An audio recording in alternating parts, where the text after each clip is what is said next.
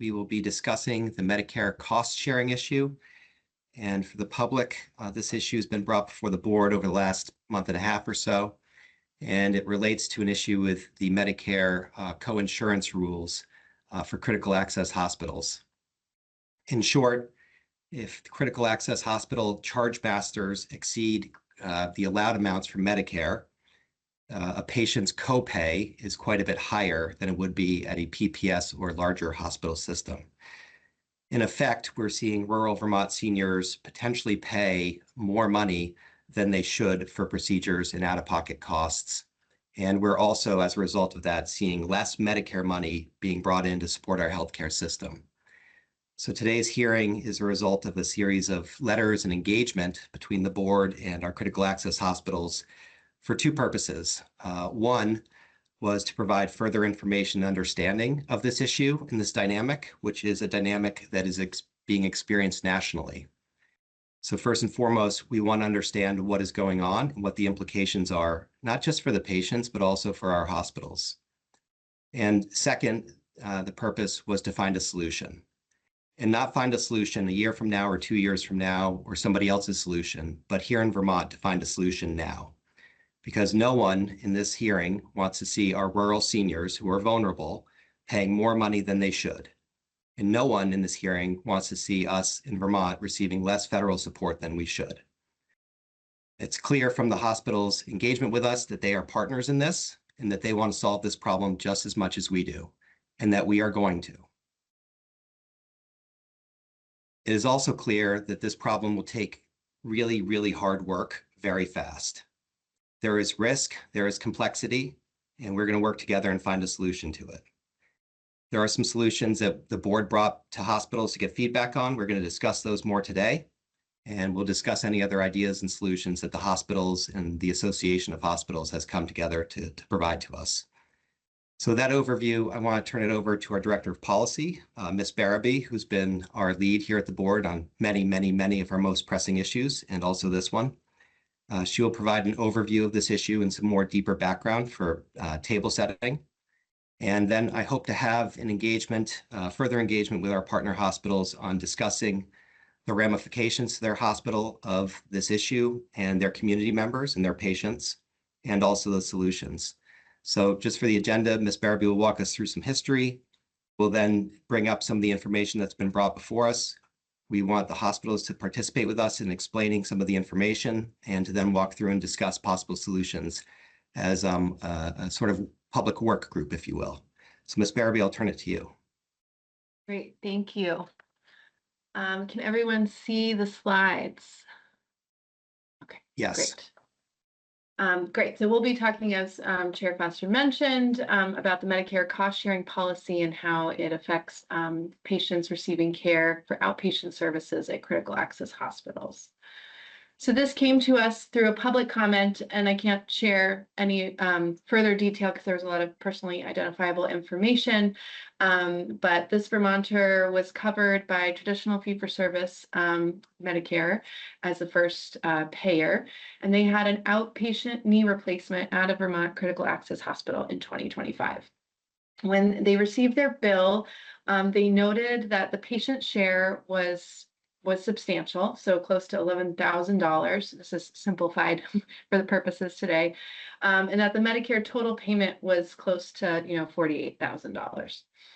They also kind of did some more investigating and found that had they received this same care at a non-critical access or a PPS hospital, that they would have only paid their patient share would have been capped at $1,600 or almost $1,700, and that the total Medicare payment was substantially lower at $14,000. So when they have the choice to go to different hospitals, maybe paying very different prices, out of pocket, and also that Medicare payment is quite different. So we wanted to better understand what was going on here.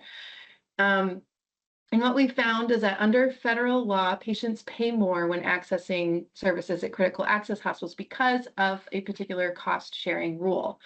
So those hospitals that are reimbursed under the OPPS system, the outpatient prospective payment system, pay 20% coinsurance on the Medicare allowed amount. So that's the total amount that the hospital receives from Medicare.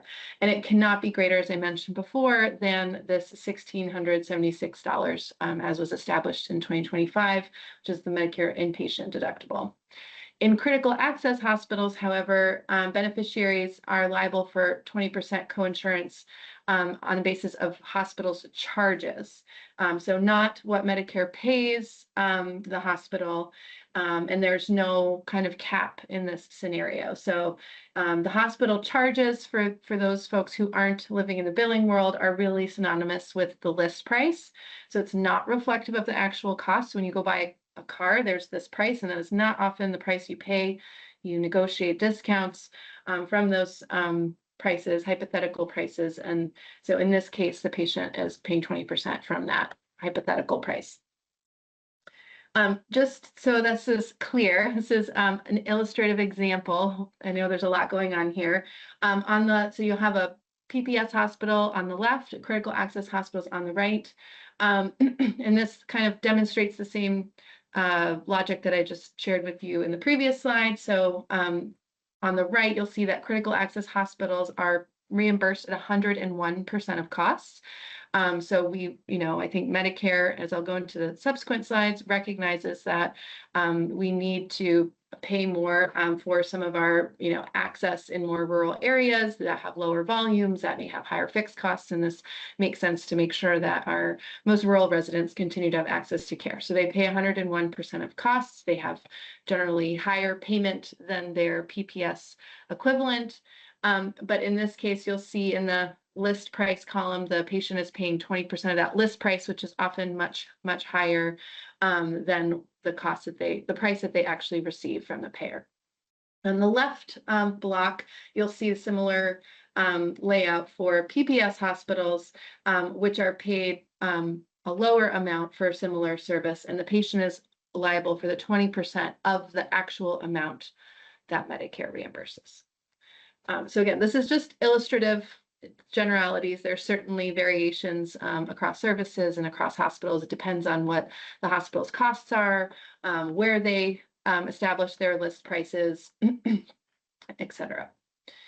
So a very brief history. There's a lot of text here for folks who want to get into the weeds, but it's important to know that this is not a kind of intentional decision. So there were a number of rural hospital closures in the 80s, and this is where the critical access designation came from and was established to make sure that we retained access in our most vulnerable communities.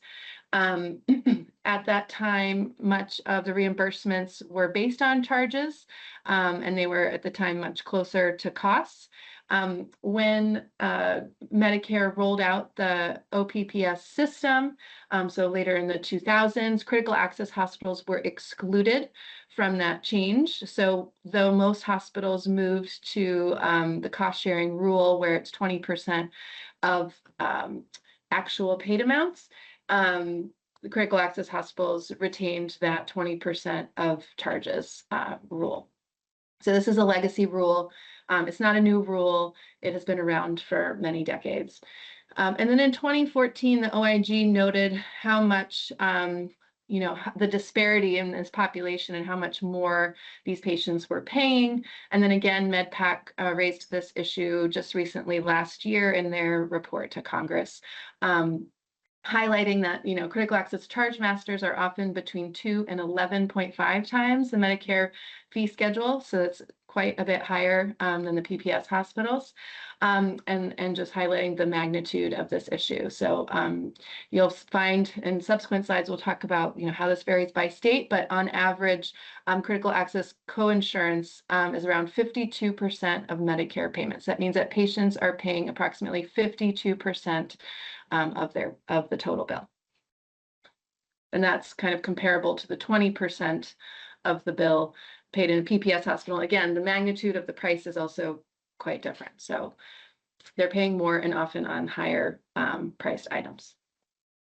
So this example, again, illustrative, kind of takes the the knee replacement example, and shows kind of what happens as charges grow. So in the top bar, the assumption here is that your charge, the critical access charge master, is equal to the Medicare payment. So we know that doesn't happen often, but should they be equal, the patient would pay 20% of the total Medicare amount. The second bar, so coming down a level, assumes that the critical access charges are 2.5 times the total Medicare payment. This would be approximately 50-50 cost share for patients and Medicare for that total 41,000. And it's important to note the hospital receives the exact same amount in each of these scenarios, so nothing is changing on the hospital side. What's changing is who's paying the bill.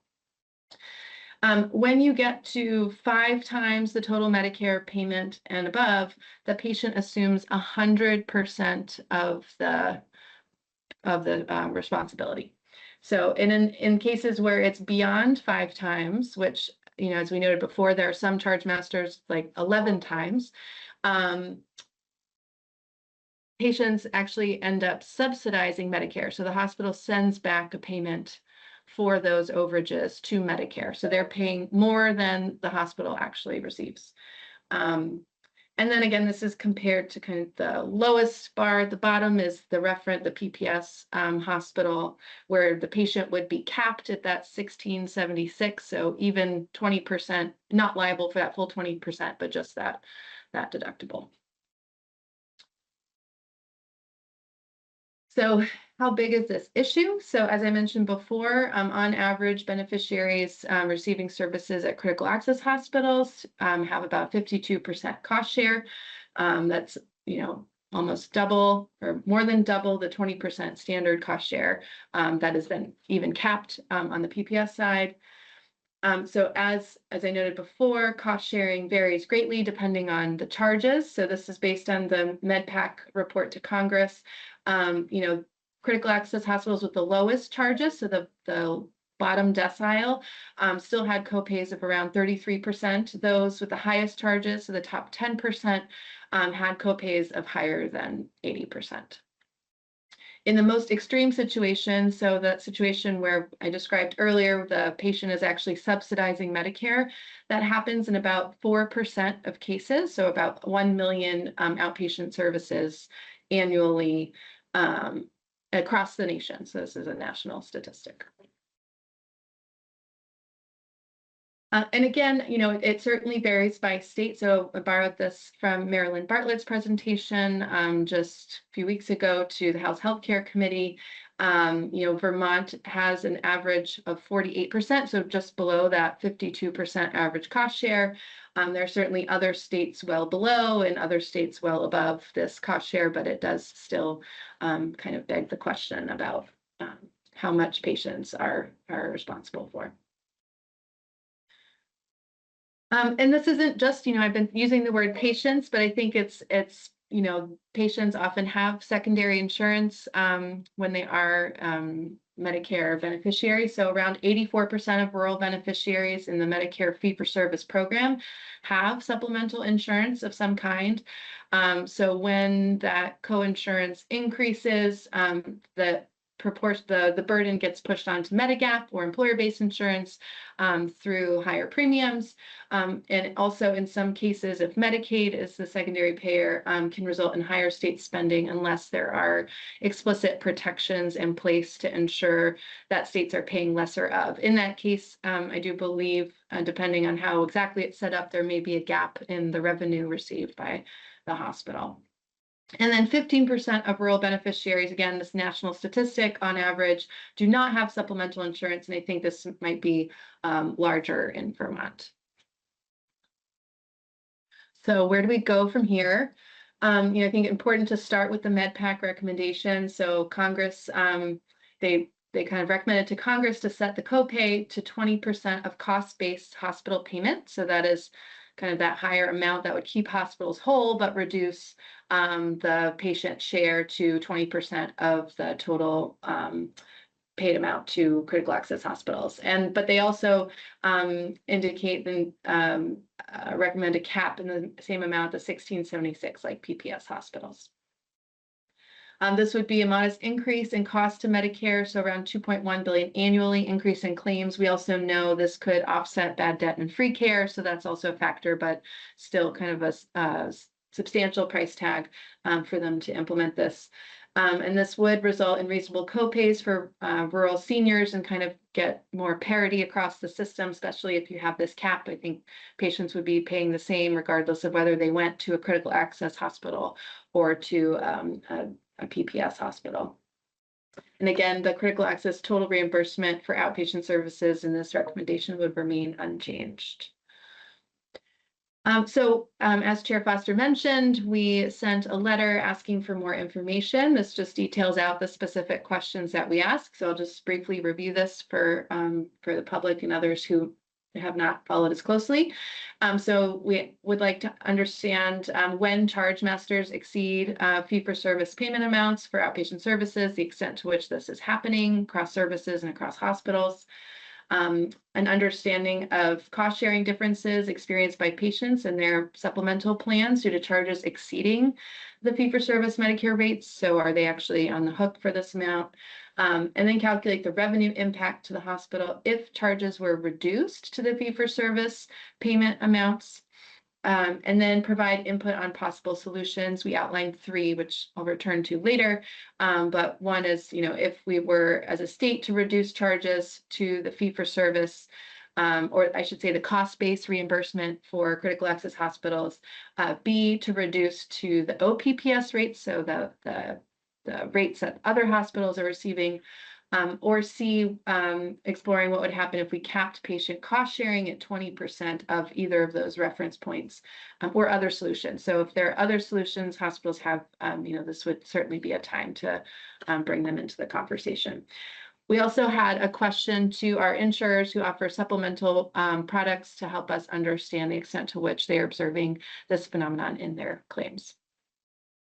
So I'll just do a high-level overview of what we heard, and then I think we really should hear from hospitals on, and we will hear later today on what their advice back to us in answering some of these questions and finding possible solutions. So I think they reiterated that charge masters often exceed fee-for-service rates. They have difficulty in calculating the cost-sharing difference. Charge reductions, if done in this way, would be financially devastating. I think a lot of this had to do with having loss of revenue associated with commercial contracts. They advised us that federal law constrains unilateral state action. So I think particularly around the third option, where we were proposing to cap what patients would pay, would kind of run counter to some of the Medicare rules themselves, which require hospitals to collect from patients. And then I think most of our hospitals, if not all of them, pointed to kind of the congressional approach as their preferred method of action, and then called for a collaborative working group. So I'm glad we're all here today to continue that part of the work. We also heard from Blue Cross, who shared quite a bit of interesting information, and we can hear more from them as well. So in their analysis, looking at January through September claims, CAUSE represented about 23% of total Medicare supplemental payments. 95% of COP payments were for outpatient facility claims. It's quite a large proportion. The average coinsurance is kind of on par with what we've seen at the state level, around 46%, and certainly ranges across hospitals from 38 to over 60%. And then we found that 71% of outpatient COG claims had coinsurance above that 20%, which is not surprising. And they estimated that capping coinsurance at 20% would have directly reduced out-of-pocket costs by 11% for this population. So now I will walk briefly through kind of the options and kind of turn it back over, I believe, to Chair Foster to facilitate some of this conversation. So, just so we're clear on the proposed state solutions that we put on the table so far, option A was really to reduce the hospital charges to the Medicare cost-based reimbursement. So this is what critical access hospitals receive overall from Medicare. This would lower the patient share. So instead of having the 20% attached to charges. It would be attached to the costs of delivering that care and the amount that hospitals receive. This could have either a neutral or lower hospital revenue implication. So if hospitals were not able to renegotiate their contracts as a percentage of that cost-based reimbursement, and that would presumably, I think, change the amount of revenue they could bring in from commercial payers. That's some of what we heard, but would be good to explore that further.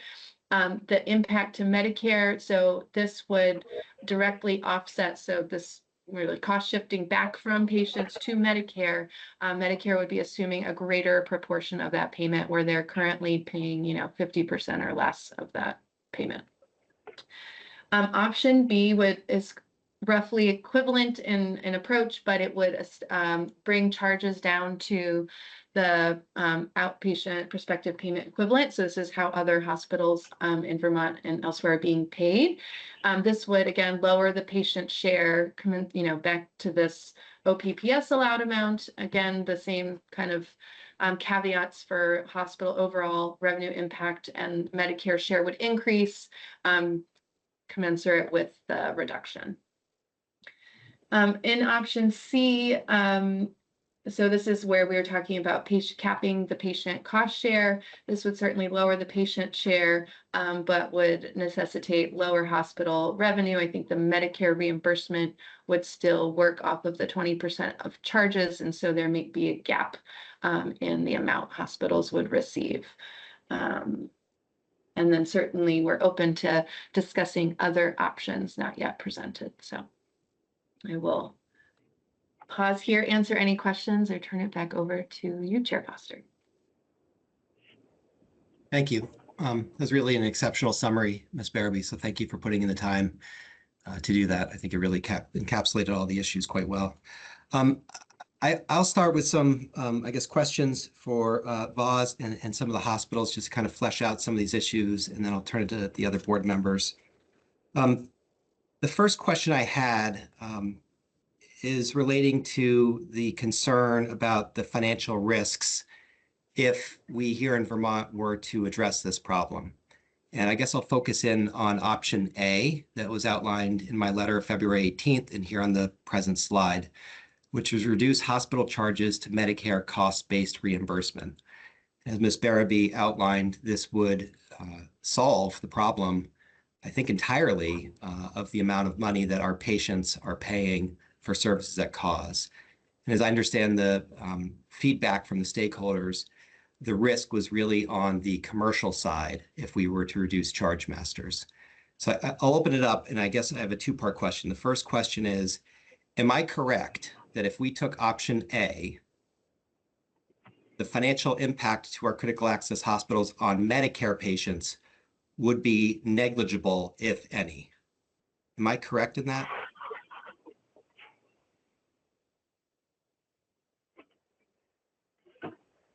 Chair Foster, this is Mike Del Trecco. I think I don't know that we know that to answer your direct question, but I also think I would ask. So I'm going to start by saying, hey, we're all in on this, and I want to reiterate the seriousness of this issue, and we suggested coming together in this fashion back in February. And I want to share with the group that we're not only concerned about Medicare beneficiaries, but like you, are focused deeply on affordability and focused on our affordability action plan, which that has three components to that. That literally last year took out $230 million out of our operating expenses. I don't know that any industry in the state of Vermont has done that. So it's just demonstrating that we are committed to solving all of these problems. I think the commitment to reduce more funding and more spending and lowering our charges is part of all of this work. But I don't know that we have an answer to any of these options that are here.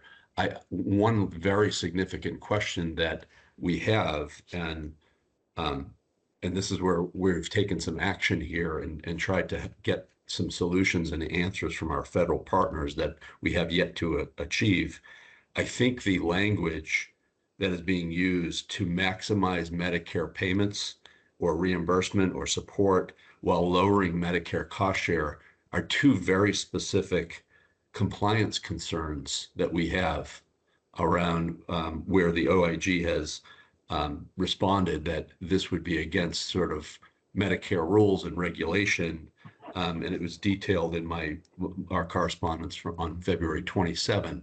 So to take some proactive steps, because we want to understand these questions and answers and how they impact this compliance issue specifically, I reached out to our Medicare administrative contractor for guidance. And for those that aren't aware, the MAC, as they're referred to, is responsible for managing critical access enrollment, processing claims, settling annual cost reports based on reasonable costs, not PPS or prospective payments. And then they also work to verify that critical access hospitals are in compliance with their bed limits and length of stay limits. During that conversation, the MAC corresponded that, boy, this would change and manipulate Medicare cost reports in a way that they didn't feel comfortable with. They acknowledged they necessarily weren't experts in the federal regulatory space and referred us to CMS. We have been in contact with put in contact with the CMS regional office, and we have yet to hear back any further guidance. And I clearly would invite you to, and anyone from the board's team here, to participate in those conversations as we move forward. I also think it's important to note that while this is an important issue, the expectation for critical access hospitals to answer these questions is largely not achievable. So critical access hospitals are paid cost-based, not fee-for-service, and there's no historical or compelling reason for those organizations to understand how to calculate the Medicare fee-for-service and or ops equivalent payments. So these are really difficult questions to answer. We don't have this capability internally, and even throughout the state, when this happens, most hire outsource very large consulting firms to help with this work. So because we rely on Medicare regulation, because this compliance issue is deeply concerning, I'm not sure that the demand of coming up with the solution today, and for that matter, coming up with a solution for fiscal year 2027 budgets is something that is possible. And it's not because of a delay tactic. It's not because we're not concerned. It's because we primarily need to answer, do any of these changes put any one of our critical access hospitals in violation of federal regulation or create a compliance issue for them? If they have a compliance issue, that's a massive problem for any one of these organizations. And as you know, every one of our organizations is leaning in on affordability, whether it's discussions around S190 or H585. So we're doing the work here, and we're kind of at a shoestring and stretched pretty thin. So I think that's why partnership is important in this space. And I actually think that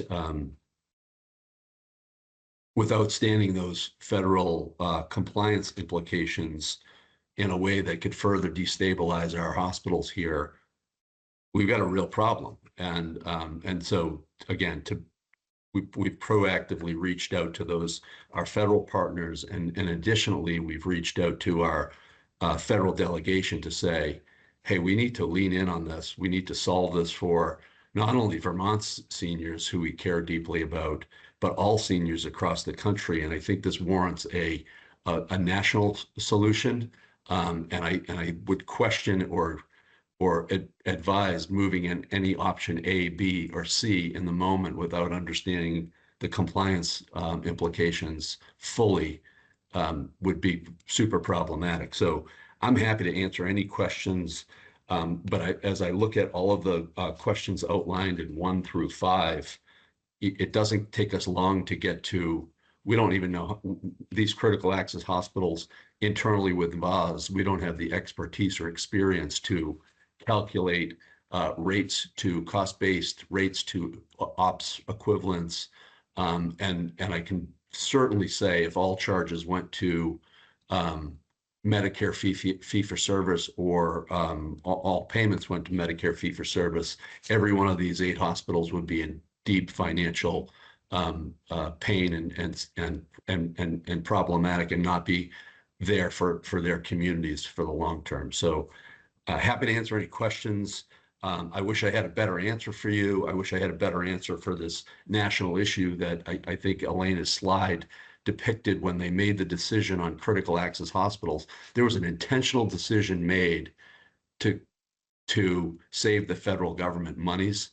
And because the thought was supplemental insurance would pick this up and Medicare beneficiaries would not cover the cost of that. So I'll stop there. Happy to answer any questions, and whatever else you may have or desire from VAS in the moment. Great, thank you. Thank you for the prefatory remarks. I think they're important. We're obviously all very concerned about the financial state of our hospitals here in Vermont, something the board's worked on with you and everyone for a number of years now. And so I think the goal of the solutions is to find a path where it is not financially destabilizing, but at the same time, we're not sending our rural seniors into financial ruin either, because this is incredibly destabilizing to families who are paying exorbitant amounts. And frankly, one of my concerns is that it is a giant sustainability risk for our critical access hospitals. I keep in mind, the board cannot approve budgets legally that are not transparent, not fair, not equitable. And so my concern is that we have, excuse me, don't interrupt, please.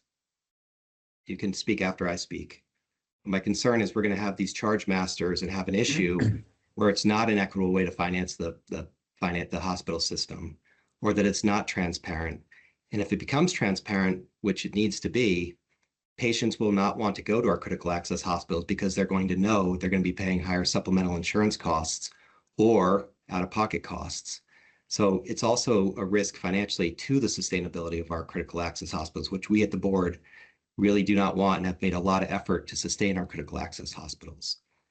I appreciate that there are other complexities to this. And so the goal of this is to get those out on the table, to identify them, to write them down, and to track them down and get the answers. So that if there is a path that we can take together, we can do it. So why don't we start? And I think your feedback is really, really valuable and important. But I think the first question, if somebody could take notes, maybe at VAS, and we'll I'm sure have our own, and we'll probably have a transcript of this, or at least a recording. The first thing would be, what are the federal compliance risks? So on option A, I don't read the federal regs to require charge masters to increase at a particular level, or that they need to be 2.5 or 5 or 10 times Medicare allowed amounts. So I think there is some volition and opportunity to consider what are the right levels of charge masters. So the first question, I think, under this one would be your point, Mr. Del Trecco, which is, are there compliance risks on the federal side to lowering charge masters? If you know the answer now, that's great.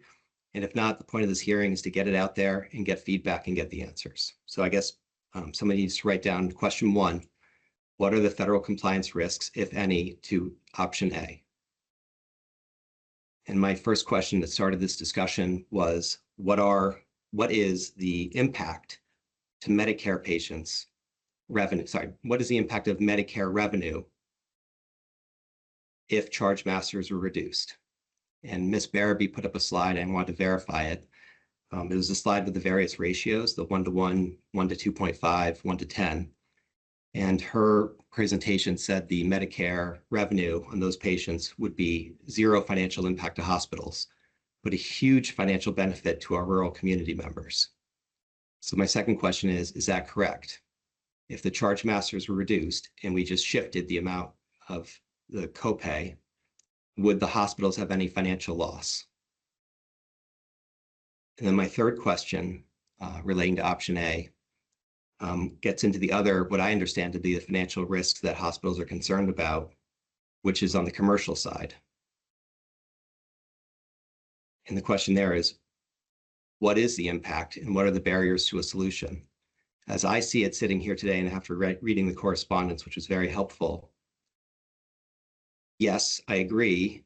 If there's a change in the charge master and there's not a change in the discount off charges or how you negotiate the actual amounts you're being paid by commercial, that would be financially risky, to say the least.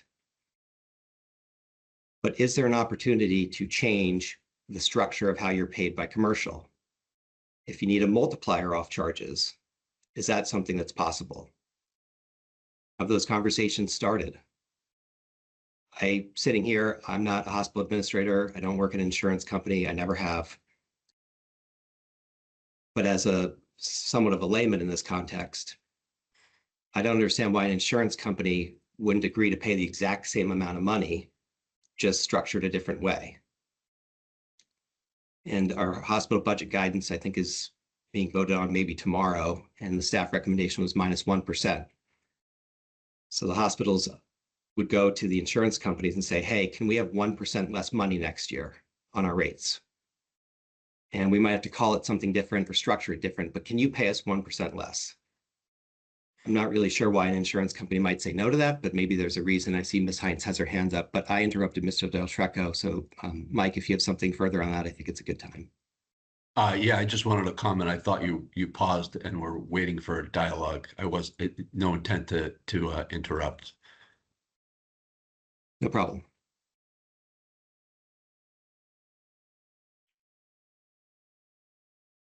Did you have something you want to share? Yeah, so I think all of those questions are good, and one of the things that I am concerned about, and you've heard me say it already, but I would like to know your thoughts and the board's thoughts on the compliance risk, if you've looked at it all in this space, because that's for us, and that's why we've been fairly proactive in reaching out to our federal partners and our delegation to say, hey, what can we do? What's in the art of possible here? Do you think that there is compliance risk here or not?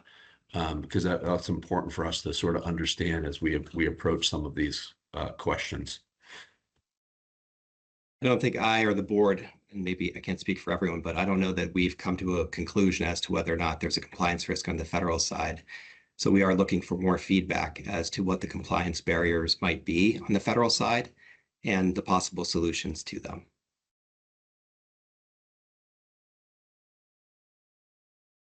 And when you say compliance risk, are you referring to option A or just in general? So when I read the HHS OIG position, it's fairly clear, or I think it's clear to me. Let me just phrase it that way. When the OIG opined on how the equaling effect that we're talking about here, if prices were lowered and Medicare paid more, and then the benefit accrued to the Medicare beneficiary through a reduction in cost sharing, those two things, I think, precisely are what OIG spoke to. And then therein lies the challenges around evaluating option A, B, and C. And again, so that's why we've reached out, and I invite you to those meetings when they happen. We know sometimes CMS operates not as fast as we would like them to, but we continue to push them for that answer. Yeah, and that was something I struggled with, which was there was certainly never a requirement for the charge masters to exceed at this rate. I believe that's correct, but correct me if I'm wrong. So what I don't understand with the OIG opinion and position is if hospitals had essentially any opportunity to change their charge masters how they wanted, why can't it be done in inverse? I think what they're really getting at is obviously they don't want an intentional effort to inappropriately shift the cost sharing burden to Medicare. I don't know that I see this as an inappropriate change. It actually would have been the exact same structure had the charge masters not increased at an exorbitant rate. So if we need to get clarity from OIG, we certainly should. But again, it's just another item on the path towards a solution. Or I think we need to be really transparent with the public and the community that while we all recognize this, and I very, very much appreciate that the board, the public, and the hospitals have recognized this is not optimal for the state or our patients. We need to come together and publicly say, we did all the diligence necessary and we could not find a solution, and here's why. But I think we owe it to the community to take all those steps, and I appreciate that you are and that you're taking this so seriously.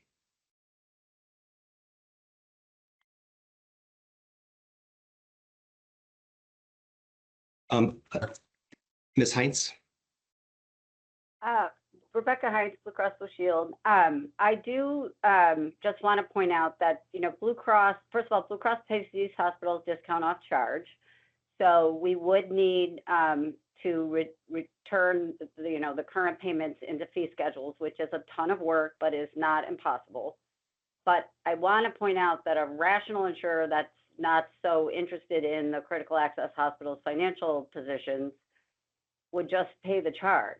Like, why do it? Why have a contract? If you can get the Medicare rate with no contract, that's the rational thing to do. So I do think that the charge master impact on the commercial revenue side is something that needs to be thought about and addressed. Most certainly. I mean, if that's not how we're doing it now, changing it to a fee schedule or a multiplier off charges, then we certainly do need to. And I think the point here is, have we done that?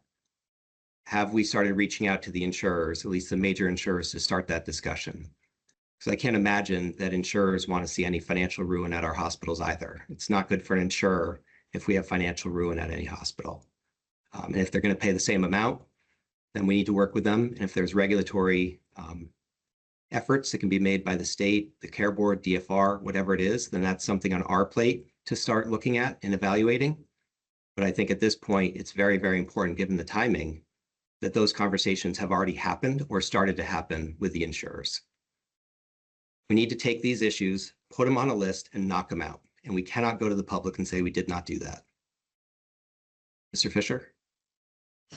Yeah, to that point exactly, I just wanted to add to your questions. What are the limits or the ability for DFR to have an influence or a regulatory power over third-party administrators? I think we've got the influence over fully regulated insurers. Wondering how we get to the rest of the market. And Rebecca, I don't know if you have an answer or perspective on that, but that's just another question about how do we really affect this change?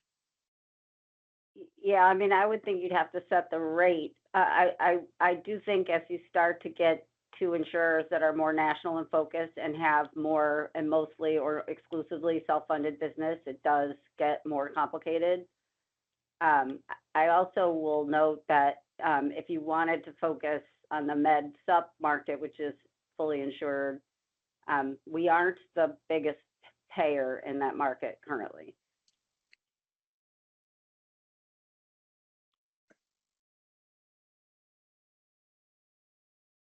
So same question, what's DFR's power to drive this?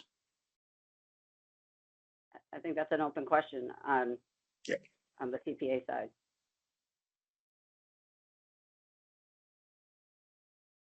Great. And Mr. Fisher, we'll put that on our list to reach out to our colleagues there to explore that. There's going to be things that everyone has to do here to run this to ground, and that's one of ours. Relating, I'll turn it, I don't mean to hog the questions here from the start, but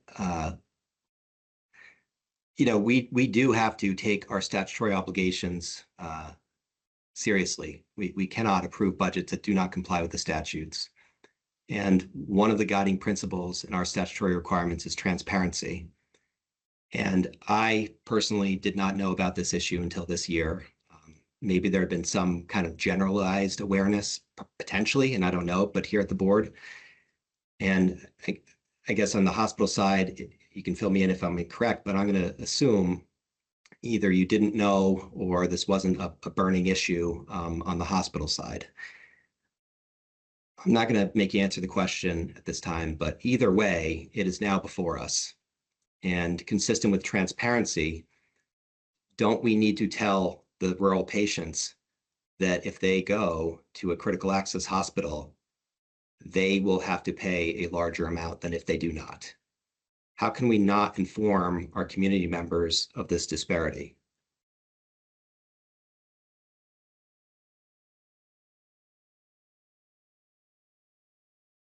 I guess I'll ask it more pointedly. Would VAS and the hospitals support some sort of notice to rural seniors about this financial impact that they may see at a rural hospital? Mr. Wooden? Yeah, I love that idea if you do it for all charges and all issues, Owen. So if you're going to just say, well, we're only looking at critical access hospitals, and we're going to, with transparency, using the word transparency, say that we want to warn you that it's more expensive. Why not do that across the board for all services and all payers and all situations? Because otherwise it sort of feels like you're just focusing in on critical access hospitals, but which only constitute about 20% of the entire state's hospital budget.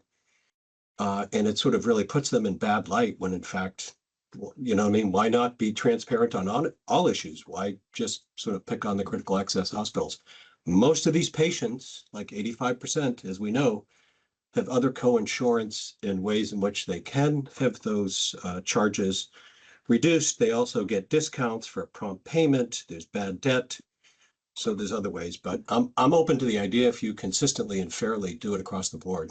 Those are my thoughts. Thank you. Yeah, and I think you're correct. As I read the statutes, there's certainly no distinction on the transparency requirement as to the payer or the hospital, right? The transparency requirement in the financing of our healthcare system is across the board, across payers, across hospitals. So you're entirely correct. It would need to be as to all payer. And of course, there's price transparency rules and requirements that are already there on the commercial side.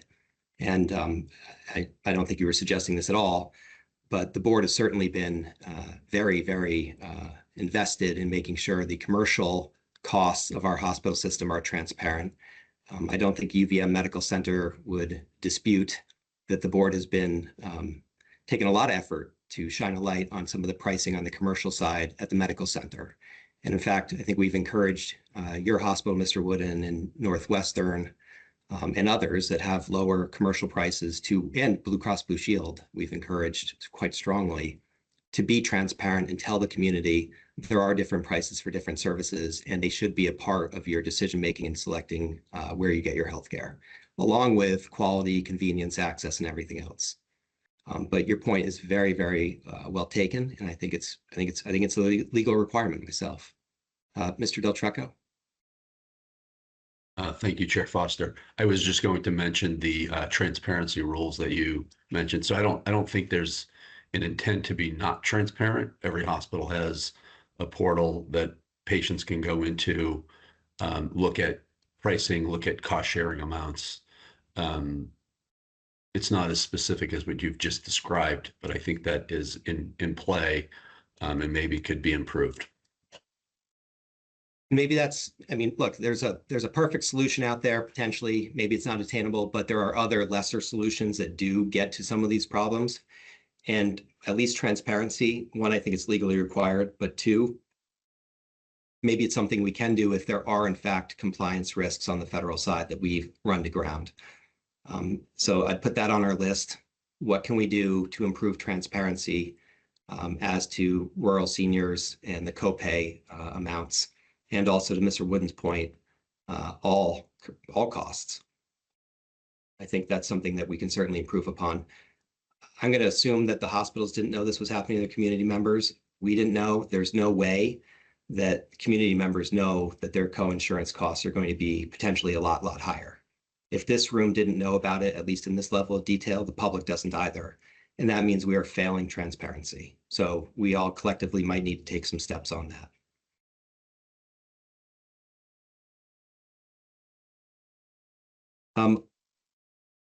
One question I did have in the last letter, in the invitation for the meeting was, I would like to avoid a regulatory solution. That doesn't mean the board might not consider one. We do think this is really critical. We do think this is in tension with Vermont law, at least I do anyway. So the question I had was, what would the critical access hospitals and VAs want to see in our guidance to provide sufficient notice of a potential regulatory solution? And you might not have an answer now, but I'm going to tee it back up on our list to provide the board feedback really promptly on that, because we're voting out guidance by the 31st. What would the notice need to be for critical access hospitals? I don't want an appeal later on down the road where there's a concern about notice. That'd be a waste of legal fees that could be spent solving the problem or lowering costs or whatever it would be. It'd be a waste of our time. It'd be a waste of the court's time. So at a minimum, I want to make sure that we have sufficient notice in our guidance. And if there's different notice that the hospitals think is important for option A, B, C, or some other proposal, you can distinguish it. But we definitely need to make sure that you are on sufficient notice that there could be a potential regulatory solution. Understanding there's a long time between now and when the board makes any decisions on budgets, but we don't want anyone to come by surprise. And hopefully we can come to a solution, the best solution we possibly can, so that it's not a regulatory solution, because it is true, the best part of Vermont is working together for the community.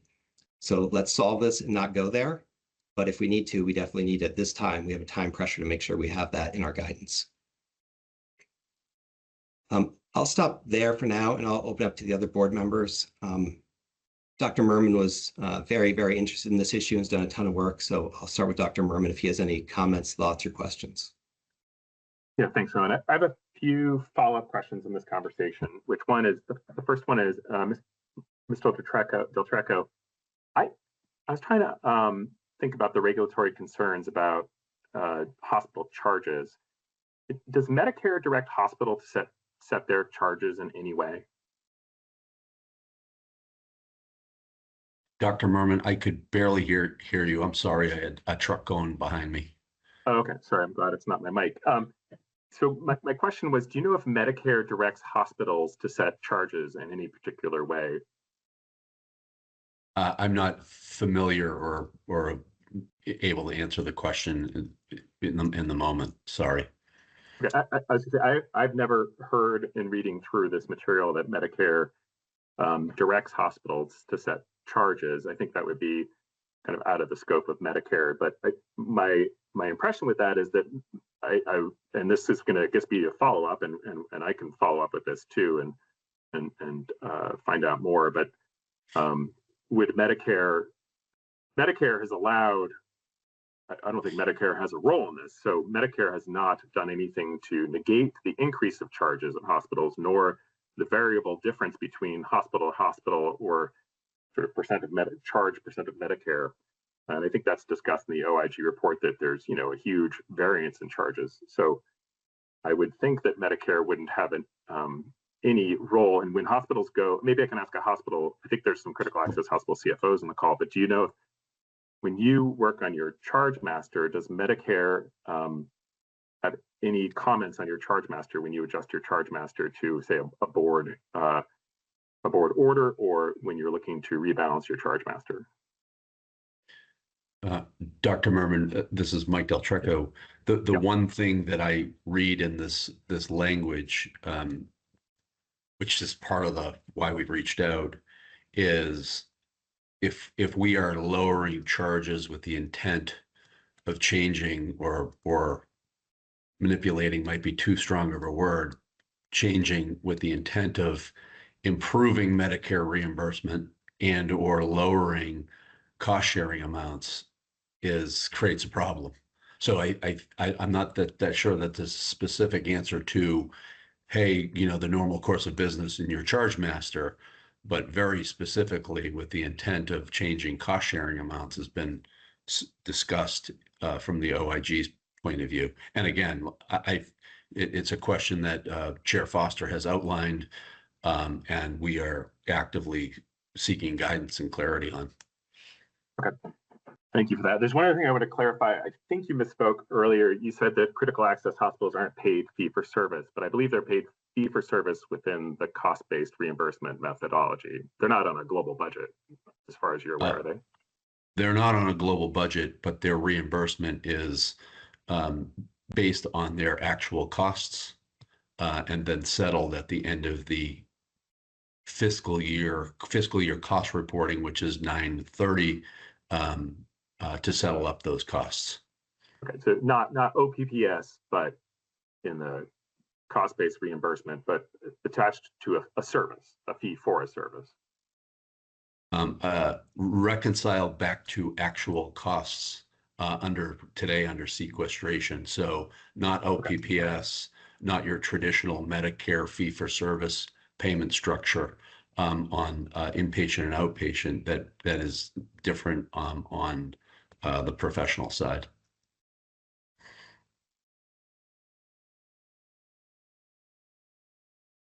One other kind of reflection on this conversation right now is that I think one of the reasons, Mr. Wooden, that this has risen to being such an important issue is that there's about $100 million of Part B Medicare supplemental claims per year in Vermont, at least according to the cost report data.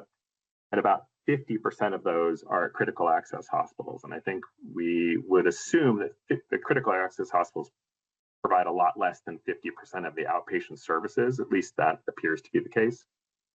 So I think that's why this particular issue has such a large magnitude, as it is that a very small percentage of hospitals are accounting for a very large percent of these Medigap, Medicare supplemental payments. And while it's been mentioned several times here that people have a supplemental payer, patients pay the supplemental payment. So it's not that that is just some bucket of money that's available to them through another source. That's money that they're paying. So it's directly related to the patient expense. Just going to go through my notes here. So I actually really, and I really do want to second Owen's initial remarks that I think that I have a lot of concern about the risk to sustainability of our critical access hospitals with this as well. I think that there's some distortion here that could really impact our critical access hospitals in the long term. And I really worry about the communities of which they're in and the amount of subsidization that's coming from the patients to the hospital and their local community that I think we thought was really coming from Medicare.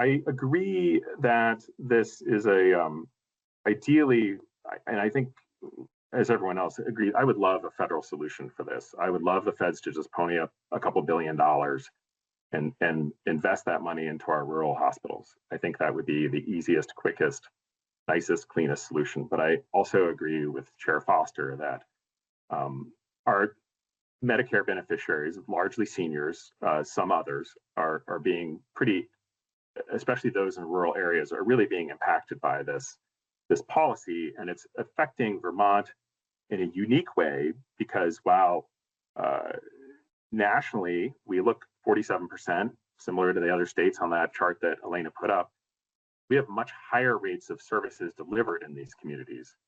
So nationally, 5% of Medicare spending is at critical access hospitals. In Vermont, it's 22%. So we are at much higher risk. We are much more sitting out on the edge here, and our seniors are very exposed to this problem. Sorry for the inconvenience. But yeah. There's someone else who is. I mean, yeah.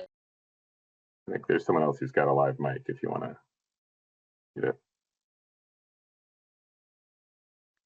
I think it's been shut off. Thanks.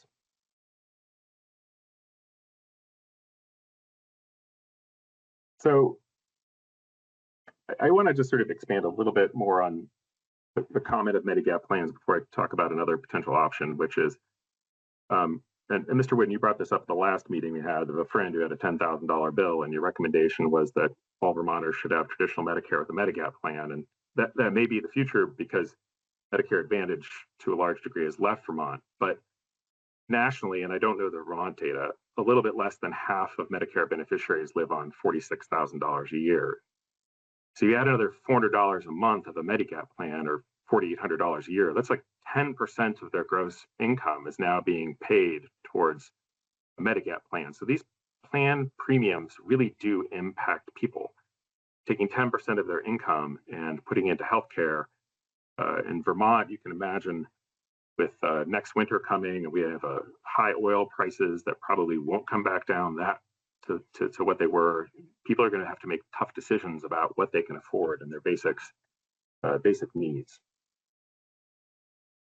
But I want to throw out another option, and I don't know, Abby, I had sent you a couple slides. I don't know if that's possible for you could pop up the slides. If not, I can share them. Let me check.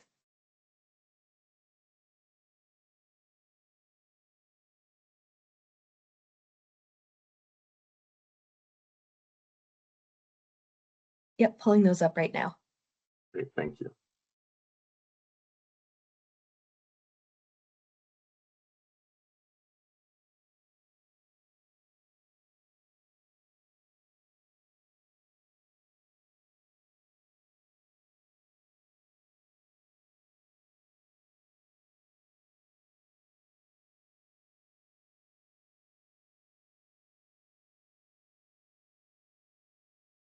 Thanks. If you could go to well, this one actually, we can start here.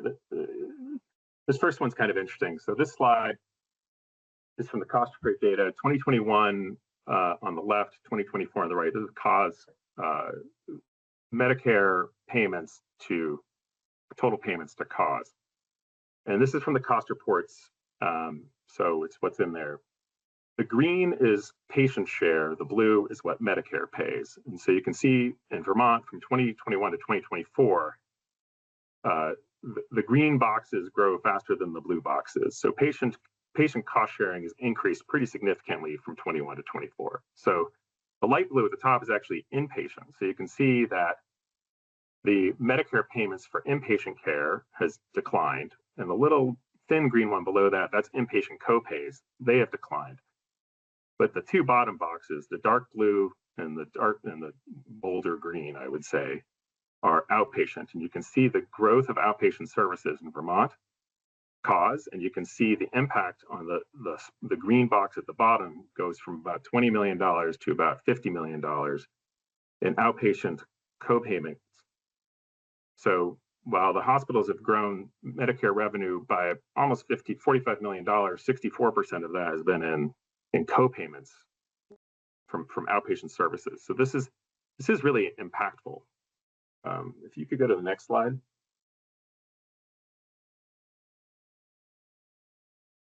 So Jeff Stensland, who was at a prior meeting of ours and then was at the House Health hearing a couple weeks ago on this topic, cited a figure from the MedPAC report that basically a PPS payment is about 60% of a CAW payment on average for all services, inpatient and outpatient across the country. So the top row here is the CAW payment. So that's 100%.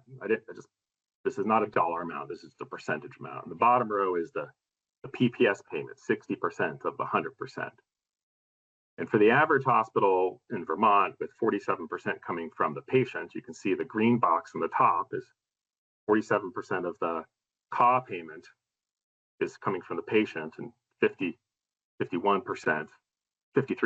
sorry, is coming from the federal government, federal money. At the bottom, you can see the PPS payment, where you have 20% comes from the patient. Maybe. This is an uncapped service. Okay, you're right. I know. This is one where you have the 1676 copay. Hey, Abby. Abby. Thank There you go. Yes. And you just run muted, Abby. That's fine. And 80% comes from the federal government. So this is sort of the average payment, the average hospital in Vermont. Abby, can you go to the next slide? So this is are the hospital in Vermont with the highest charges, and where 69% of the payment comes from the patient and 31% of the payment comes from the feds compared to that PPS payment. So it's kind of surprising. It was a little shocking to me to think that if this hospital had a PPS payment system, they would actually be getting more money from the federal government than as a critical access hospital, which was pretty mind-blowing to me. I had assumed that when we were talking about, I've been a huge advocate actually for shifting services to critical access hospitals in a way to get more federal money to support our anchor institutions in our rural communities. But this scenario looks actually like the anchor institution in our rural communities being heavily subsidized by the local population through either their Medigap plans or their Medicare payments, co-payments, and a PPS payment would actually be potentially more federal money coming into that hospital. Less total money, but more federal money. Mr. Costa, did you want to comment on this? I'd love some insight into it. So I'm Michael Acosta, CEO, Gifford Healthcare. Appreciate board members really wrestling with this. If it's okay, I just have a quick question on the slide deck. On the first slide, was that 2011 or 2021? Sorry, 2011. 2011. And is it inflation adjusted at all? Because 100 million in 2011 would be about 145 million in 2024. So I'm just trying to figure out whether it's inflation adjusted or not. No, it's not inflation adjusted. That's true dollars. But my interest in that was actually not showing the increase in total Medicare payments, which actually seems fairly reasonable to me. It's the distribution of where the source of that payment is coming from was sort of the take home on that slide, that this is being pushed more onto the patient, not onto and less onto the federal government. Good. Thank you. Yep.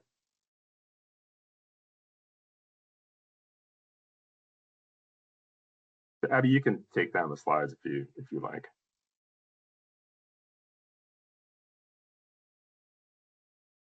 So I think the other option that we should kind of throw on the table here, which has been discussed over the years, is whether or not a PPS payment system would make sense for a couple of our critical access hospitals. And the one that the MedPAC report discusses is actually the rural emergency hospital system, where hospitals would get 105% of OPPS for outpatient services and then get a $4 million payment to cover fixed costs. Now, what they lose on that is inpatient care. They lose the ability to have inpatient bills, but they can keep patients in observation for periods of time. It's an average length of stay of 24 hours, but that, from the way I read it, that includes all patients that are arrived. So if you have an ER and you have a lot of arrivals, the average of 24 hours isn't too bad. And that does not include patients who are being transferred out.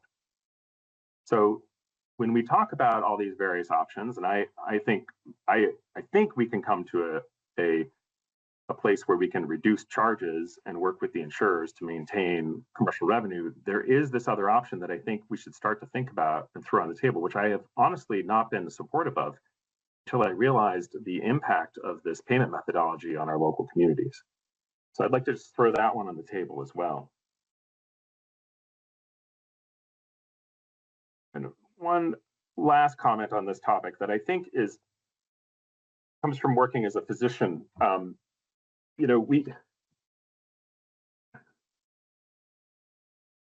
I assume as administrators, you all recognize that physicians often really struggle with the concept of burdening our patients with high bills. It's something that people who go into being frontline providers, typically speaking, are looking to provide services, and of course you're probably highly aware that billing is something that we and coding is something that we tend to not feel particularly comfortable with, and there is sort of this concept of that's troubling is when you're providing care to a patient that you could be financially harming them. So about a decade ago, maybe a little bit less, there was this phrase that was this isn't coming from the hospital system I work for. This is coming from sort of the press within my field, of the idea of you're not billing patients, you're just getting credit for the work we do. You want to be credited for what you do. And this convenient phrase moves this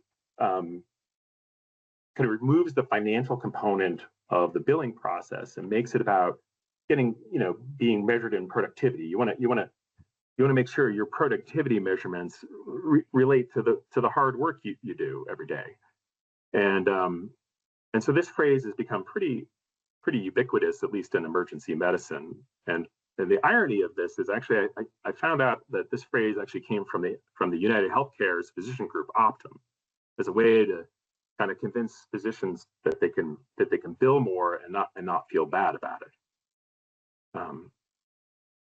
And I would just sort of also say, like, as a physician community, I think this kind of comes out a little bit on the comments that are made today, is that we often look at insurers and the federal governments as sort of pots of money that we can draw from to keep our practices and hospitals sustainable. And they're sort of dehumanized. They're not individuals. We're just taking this pool of money and trying to make sure that we can get it to our organization or our department to sustain the services that we're working really hard to provide. The problem with that is actually, especially within the Medigap market, is that the premiums are really paid for by the patients in your region, in the region that they're living in. So it's really explicit in the Medigap market that premiums are a reflection of claims. I think this whole issue has really been challenging because it's kind of flipped the narrative of how critical access hospitals are being funded in my mind. That I thought we as a state and as a community we're trying to maximize our revenue from Medicare to provide it for our communities. But now that the veil has been pulled back on this, I think this is really complicated. And you see the last graph I put up where, it's at one hospital in Vermont, patients are paying 69% of that Medicare payment amount. I really do think this needs to be remedied. I really do think, Mike, that we can work together with the hospitals and the insurers to come up with a rational solution to lower charges, to go back to what the critical access hospital intention was, which was to have additional federal funding to support these rural hospitals. I don't have any further questions at this moment, but I do have a lot of general questions that I think we can continue to have a conversation about. Mike, sorry I missed you. Mr. Costa, your hand is raised. Yes, thank you very much. If I may, I just would like to make a few comments. I think, just to back up a little bit, I appreciate the conversation that we're having today. And I just want to say something really plainly. Like, we, of course, share your concern. And I've been so grateful that the chair has acknowledged that. When we care for a senior in Randolph or Royalton, and they get a bill that's higher than what they expected or higher than what their neighbor might pay, we know that's a problem. And it's not just a policy problem, it's a community problem. And these are our neighbors. We care for them every day. So like all the other Vermont hospitals, where Gifford stands is completely clear. We want to find a path that brings healthcare costs down over time. Full stop. But the conversation today really resonates with me because I wonder if we have the information to act as quickly as people would want. I'm struck by the number of questions that we're not able to answer at this time. I'm struck by the fact that we're talking about a system that was not designed by the state of Vermont or Gifford. It's a federal Medicare policy that applies to every critical access hospital in all 50 states. It's one that we're required to participate in. And today, when we're talking, I have so many questions based on the slides and the information I've seen. For example, I think they may assume that we get paid 100% of charges. That's not the case. It lacks an analysis of how much charity care and bad debt might come into the equation. I think there's now a suggestion on the table that we might close our inpatient units. And I think that for us, this is exactly why Gifford and other critical access hospitals wanting to meaningfully participate in a work group. We wanted to come together, put all these ideas on the table and try to make the progress that the board clearly desires and Vermonters deserve, either in terms of solution or transparency. I still think there's time for that. I want to be really careful that, we don't, because of our desire to do something quickly, we don't get it wrong. My professional experience is that speed is the enemy of thoughtful analysis. This is clearly a complicated issue. Gifford stands ready to take action with you, but I'm just struck that we may need, I still think in my heart of hearts that we need a more formal way of trying to work collaboratively on this. And I would urge the board to reconsider its decision not to participate in a work group with all of us on this. Thank you. Very much the point for this hearing and the letters is that we can get the information. It's just a question of what are the right questions, what are the answers, and the point here is to do exactly what you're suggesting. And I would just comment, we are getting it wrong. It is wrong. So your point about like getting the solution wrong, the status quo is decidedly wrong. So we're going to have to work with those two tensions and get to the right outcome. 100%, the point here is that you can send a letter, we can get the questions asked, we can get the questions answered. That is our responsibility. The critical access hospitals, we have supported them very thoroughly since I've been at the board. They are an incredibly important aspect of our health system and for our rural communities. Part of caring for our community is making sure they can afford healthcare. Part of making sure that our hospitals, our rural hospitals in particular, are here is making sure the care is affordable. We are seeing it on the QHP side. As expenses rise, patients drop insurance. As those Medi-Sup plans rise, patients drop Medi-Sup. As Medicare Advantage goes, people go without coverage. So it is also equally a concern for affordability as sustainability. So we do need to get to a solution, and asking the right questions is an incredibly important part of that. Can I just throw one comment in just to reply back on that? Mr. Costa, I don't think anything here is implied that you all get 100% of charges. I don't think any slide refers to 100% of charges. The one I had was 100% of the Medicare critical access hospital payment amount was the 100%, not 100% of charges. And I don't think any of the slides that Ms. Barabay put up referred to 100% of charges. I do think the concept, the language around charges and prices does get slipped up often. Mr. Del Trecco had a slip up earlier and said prices instead of charges at one point. So it's a nuanced, there's a lot of language and it gets a little bit sticky, but I don't think any of these slides look at, assume at any point that a critical access hospital or really any hospital gets 100% of this charges. I think it's been described more as the charge as sort of the list price that really seems to be not associated to or not directly correlated, or at least very lowly correlated to costs. And with regards to just closing inpatient units, that was my referral probably to the rural emergency hospitals. I think that's just one more solution that the MedPAC report cites. And I think that if we're going to go down this process of transformation, that solution previously, it looked very unattractive to me because it undid the benefit of the cost-based reimbursement. But what I'm now seeing is the benefit of the cost-based reimbursement. A lot of it actually is potential risk to the community. So it would be a very specific application for a specific place, one that may do very little inpatient care, but it should probably be rethought about. I read the letter from the rural health consultant previously, and it seemed to miss a lot of the details of what the rural emergency hospital program can do, and have some skimped over some of, I think, the important parts in there. So I think it should be thought about, again, not for hospital budget guidance in 2027, clearly. So, but thank you. Thank you. And I do consider this our work group. I don't know if everyone's familiar with the laws governing how the board has to operate, but we can't meet 5 of us privately with anybody. We can't even speak with the 5 of us about regulatory issues on our own. Every board member, to my knowledge, is very, very keenly concerned about this issue. So we would have a process where 2 people could go, the other 3 couldn't. It'd have to get brought back in a public hearing. And the other point is, we want the public's input. We want the public's participation. They're a stakeholder too. So this is the work group. I'd really love to see VOZ can have its own work groups. If you want to come together and create a chart of steps that need to be taken, questions that need to be asked. If you have to reach out to the insurers to start that dialogue, When are the letters going? When are the communications happening? If the insurers refuse, send us back feedback saying these insurers refuse to pay us -1% next year, whatever it is. Let's start ticking off the issues so that we can at least get as close as we possibly can through a non-regulatory solution. A provider-led solution, I think, will be the right solution here. Ms. Heinz?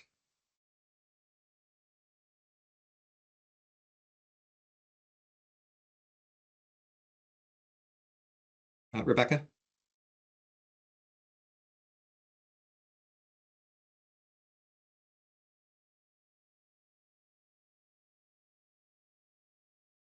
I see a hand raised on a phone number as well. Last 4 digits, 3256. That's you, Rebecca. Go ahead. Do we need to unmute it for her?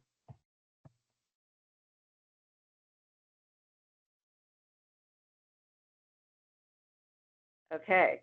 I don't want to gloss over one of the things that was brought up in the comments and that I think is a real thing, which is there isn't currently a PPS to critical access hospital price comparison mechanism. That the outpatient services, as we all know, are paid differently on the PPS side. It's a totally different system. And that's something we're going to have to solve for ultimately, I think, as we move towards reference-based pricing. But I just want to acknowledge that that is not a small and just little matter. So we do need to think about that as we try to fix this charge master issue. And then the other thing I just wanted to point out is for the board's consideration is maybe we don't have to think about boiling the ocean. There are certain service lines that are more commonly happening in these hospitals for Medicare patients. There are certain places where the cost share is much more dramatic. Blue Cross is very interested in working with our critical access partners to right size maybe the solution so it isn't the whole charge master, but can be these select services. This will return, this will help for 80% of the market or 80% of the pain or, something like that. So I would encourage people to be thinking about steps we can take that don't fall apart from the impossibility of the entire project. Great point. And just looking at some of the national data, I understand Mr. Latreco's point and concern about OIG guidance. Essentially you can't rig the system, but it also doesn't require you to rig the system the other way, right? As we look at the national data, there's a lot of states where the co-insurance is quite a bit lower. So there's no requirement on the feds that we take more and more and more intentionally by raising our charge masters to take more out of our community members. So certainly the inverse is not true. So that's just something we have to think about. And at a bare minimum, we should be considering where are the appropriate levels? What would OIG consider acceptable? Because the other states, many other hospitals have not gotten to this point. What did they do and why can't we do it? And what's the schedule if we can, or if it's something that has to be gradual? And I'm not suggesting it should be, but we need to explore those. Dr. Merman? Sorry, since we're approaching this in somewhat of a work group approach, which I really appreciate, Ms. Heinz, is there a way that Blue Cross could help with some analysis of where specific services could be reduced in charge, but yet maintain, full revenue for these hospitals? That's the goal, is to maintain the revenue while shifting the costs back away from the patients. Yes, I think we would be very interested in working with the hospitals. Great.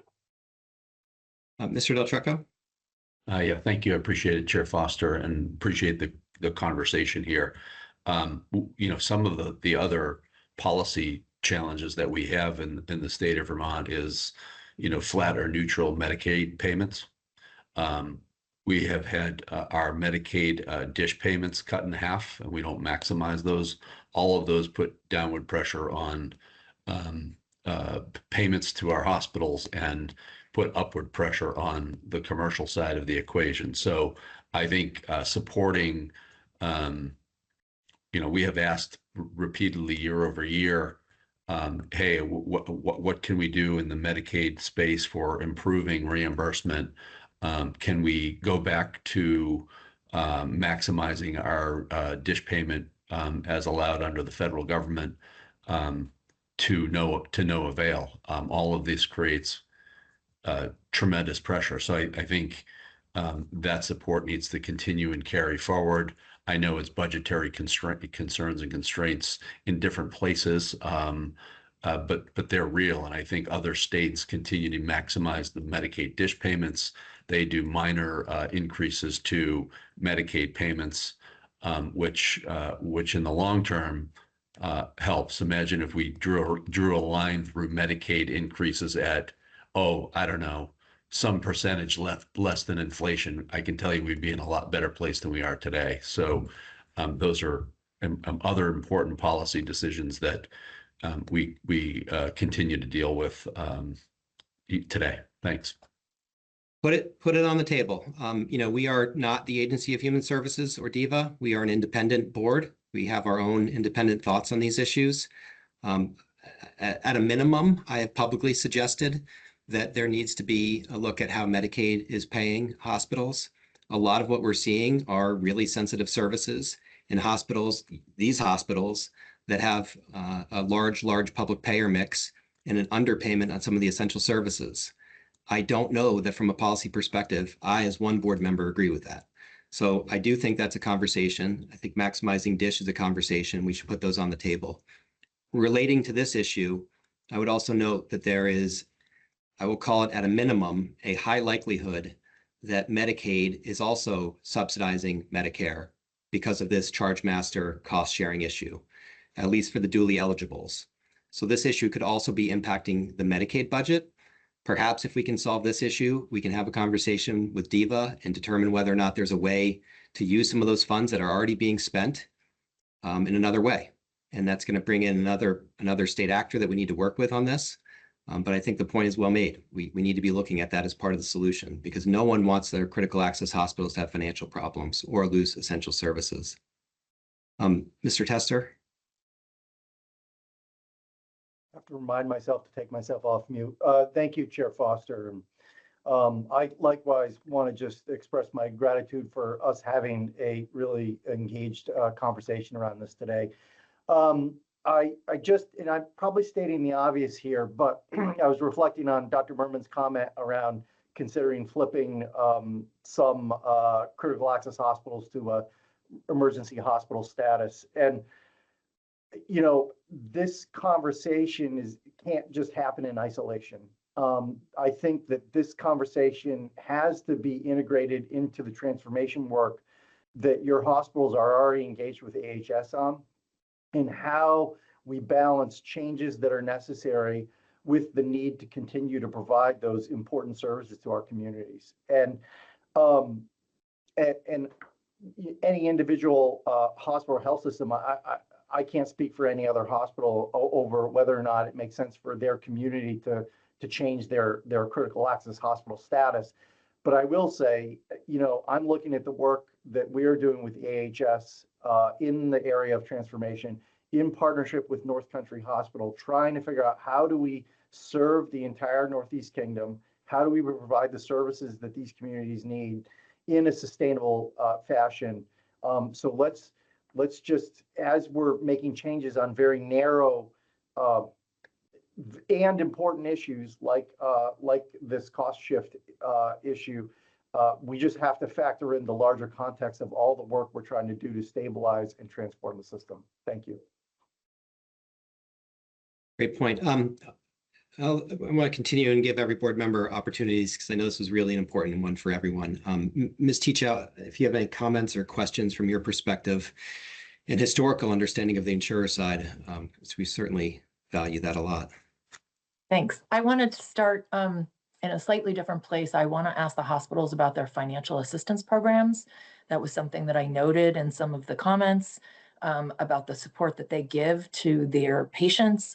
In particular, I'd like to focus on financial assistance programs and counseling for the Medicare population. So if if more than one of you want to respond, I'm sure they're all a little bit different, but I'm curious about whether you generally counsel patients in advance of providing services and procedures, or if it is generally afterwards when they're struggling with the bills.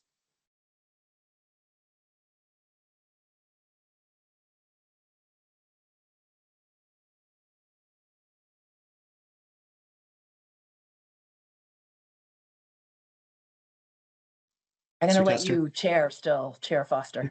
Yeah, that's fine. Yeah, Mr. Tester? Yeah, it's a great question. I would say that I'm only speaking for NVRH, right? But I would say it's a little bit of a mix. We have a program here. It's called Community Connections. It's about 50% grant funded, but the rest comes out of operations. And what we try to do is engage patients and help solve their needs. Oftentimes it's the social drivers of health, whether it's housing, food insecurity, but it's also around insurance and helping them navigate the financial challenges they have. But all that does ultimately feed into our charity care program. Mr. Frank? Thank you, Chair Foster. Great question. I'm glad that you asked that question. Thank you. Similar to what Mr. Tester does at NVRH, as you all know, the Northeast Kingdom has the highest rates of Medicare and Medicaid in the state. Our focus is investing in navigators, and our navigators work with our seniors, our Medicaid folks, anyone who needs assistance before, during, and after any insurance issues. Like NVRH, we provide assistance for everything from gas cards to housing to getting folks into the right programs, finding additional insurances, applying for different grants that are available. So as an organization, we invest out of operations specifically in these navigators who not only help our patients, but also help non-patients in our community get on different insurances, including Medicare, et cetera.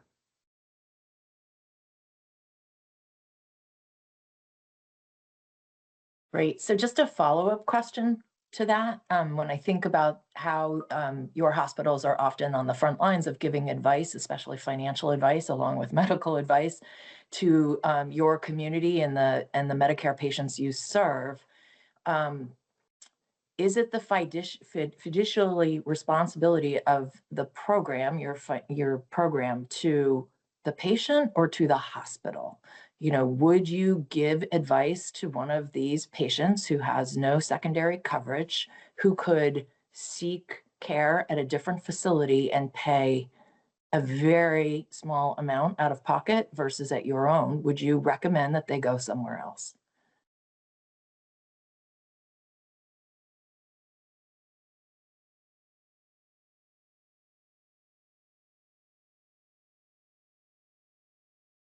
Mr. Frank? I mean, what I'll say to that is there's no mandate for us to keep those patients in-house just to quote unquote generate revenue. I think that is a little bit of the gist of the question. If there is a better option for folks, we will absolutely get them there. And one of the reasons we offer gas cards and transportation as assistance is so that they can get to the critical access. In the Northeast Kingdom, and again, speaking specifically to Northeast Kingdom, as the board realizes, we have incredible transportation issues here. So if there's an opportunity for a patient or we need to get a patient to another organization, we'll do that. Our navigators are not instructed to direct patients to North Country Hospital. If there are better options for that patient, we will absolutely recommend and help them get to that destination. And that's an interesting point, together with Mr. Testers, about the Rural Health Transformation Fund and transformation work that's being done. If there is no, and I don't believe there is no, there's no solution to this at all, just to be clear. And I'm not adverse to the board doing what it needs to do to solve this. In fact, I think we're legally obligated to look very hard at it. But at a minimum, is there a potential to look at the Rural Health Transformation funding and some of the transportation funding to help patients with this issue? And that's a conversation, obviously, you're all having with the Agency of Human Services. But I think it is an important point. There is some care, like Mr. Frank mentioned, that needs to be done at North Country Hospital, either because the quality is good or the patient wants to be there or whatever it is. And there are another set of services that potentially could be done elsewhere, at Mr. Tester's hospital or wherever it may be. Dr. Foster? Thank you. Hopefully you can hear me okay. Yes. Yes. So yeah, Ms. Ticha, just clarifying, I'm curious as to the reason behind the question. And the reason I'm curious is because I think as a physician, I may be a CEO, but I'll always be a physician first. Our duty is always to do what's right for the patient. So I'm surprised by the question because I've never seen an instance of a hospital ever, maybe in other states, but certainly not in Vermont, where a decision was made what's in the best interest of a hospital's bottom line and not what's in the best interest of a patient. So I just, can you clarify a little bit sort of the reasoning behind why you're asking that? Because I've not seen that as an issue. Certainly Mount Scottney, we will do what's right for patient. Is there an instance that you're specifically referring to, or is it kind of a general question? It's more a general question. I don't know about how your patient financial assistance programs work on the ground in every single hospital. I'm sure they're different. I wasn't accusing any hospital of not giving a patient good financial advice, but I just want to really know, like, when a patient comes to you and asks these questions, there's more to their decision than just the finances. I understand it's the type of treatment they can receive, what physicians they can see, how quickly they can get in. There's a lot behind these decisions, but the financial piece is big. I do not know if the person who provided the public comment to the Green Mountain Care Board about their knee surgery asked in advance about the financial implications. I really don't know, and if they were able to get appropriate financial advice. Thank you. And I will say, I think we can do a better job, without a doubt, to be more honest and open, even with small staff that are juggling, wearing multiple hats. I think it's imperative on us to have those honest conversations, not just about what we can do for a specific case or specific patient, but also to understand, what are the implications so we can have shared decision-making, call it what you want. I think we can do a better job with that for sure. And I do want to iterate, since I have the microphone. I think Chair Foster raises a really good point. What can we do with the Rural Health Transformation Funds to that? I think that's an excellent point and part of this dialogue. So thank you. I'll stop now. Thank you. If there's no more on that topic, I was going to talk a little bit about hospital contracting with health insurers, because I know that's the crux of some of the issues here. I believe that the catastrophic loss of revenue as the result of State Solution A, which was put on the table, is only if contracts with insurers are not renegotiated or moved to a separate fee schedule. So I want to ask, do hospitals renegotiate commercial contracts annually?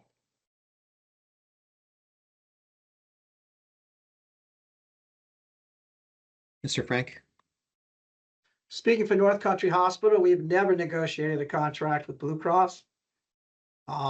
This is the first time in my 10 years affiliated with North Country that Blue Cross has actually reached out for a conversation around specific services. So no, we're handed a professional fee schedule.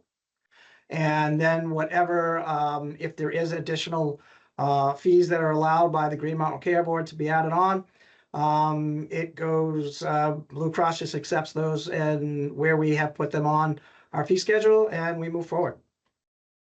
But isn't the professional fee schedule only for the professional fees? So what about inpatient and outpatient? Because we're talking about outpatient charges here, not the professional charges, I don't believe.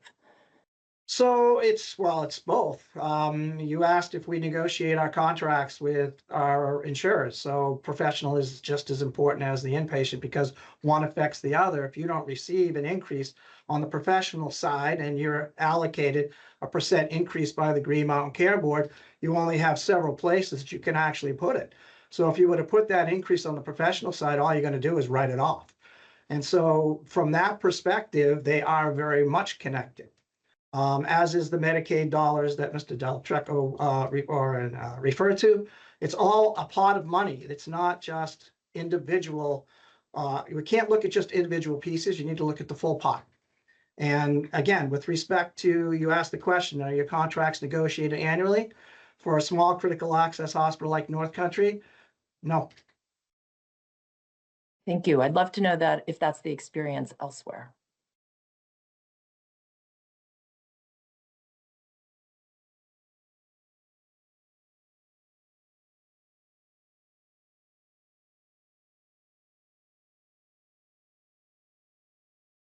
Dr. Foster?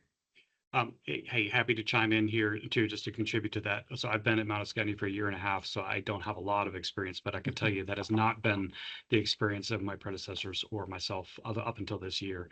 I can't speak to Mr. Thomas's 10-year experience, but I can tell you that's not been the case historically at Mount Scottney, at least in the recent memory. And sorry, I just didn't quite follow you're saying you don't renegotiate each year? You have the same experience as Mr. Frank? Yeah, and again, I've been at Mount Scottney for a year and a half, so I just want to caveat that by saying, but historically, at least in the last couple of years, that has not been my understanding of that. So I think it is similar to Mr. Thomas's, but I don't have the 10-year experience that he has. Thank you.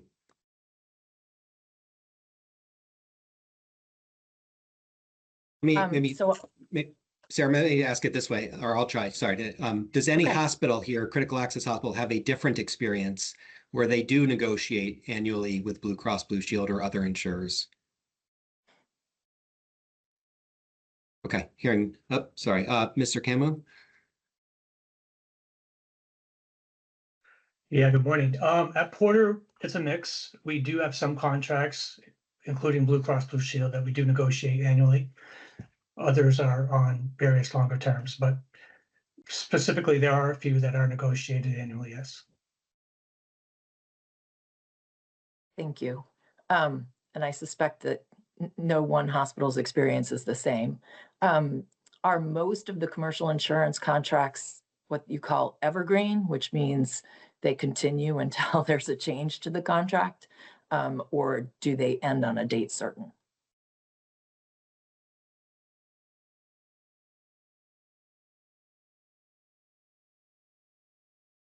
I'll just keep going. And yeah, Thank you. majority of business is on a date certain contract terms. Okay. And my understanding, and I'm sure it's not across every hospital, but for critical access hospital outpatient charges, many of them are structured as a discount off charge or a DRG. You may have some separate fee schedules for different services, but I just want to verify that the vast majority is DRG. And I'm not asking for confidential information about your charge masters, just sort of broad general information about your commercial contracts.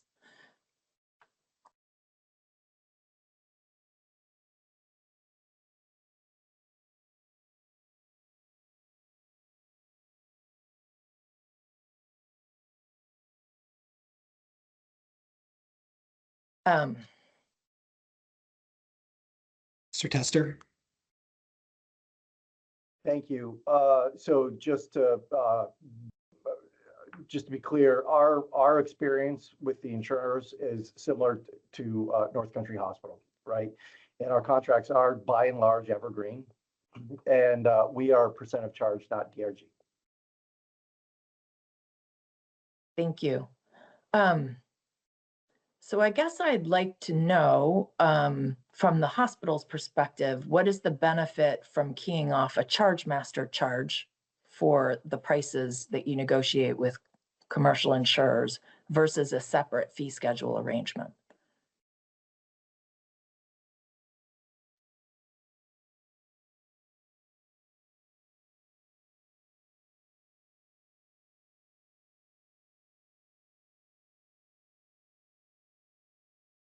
Mr. Costa? I just want to make sure, I mean, what's the benefit of having a single charge master that gets increased by the board's permissible rate increase each year as opposed to negotiating individual contracts with each insurer? Is that the question? I mean, I guess that's part of the question, yes. And also, is there an advantage to the hospital from one or the other?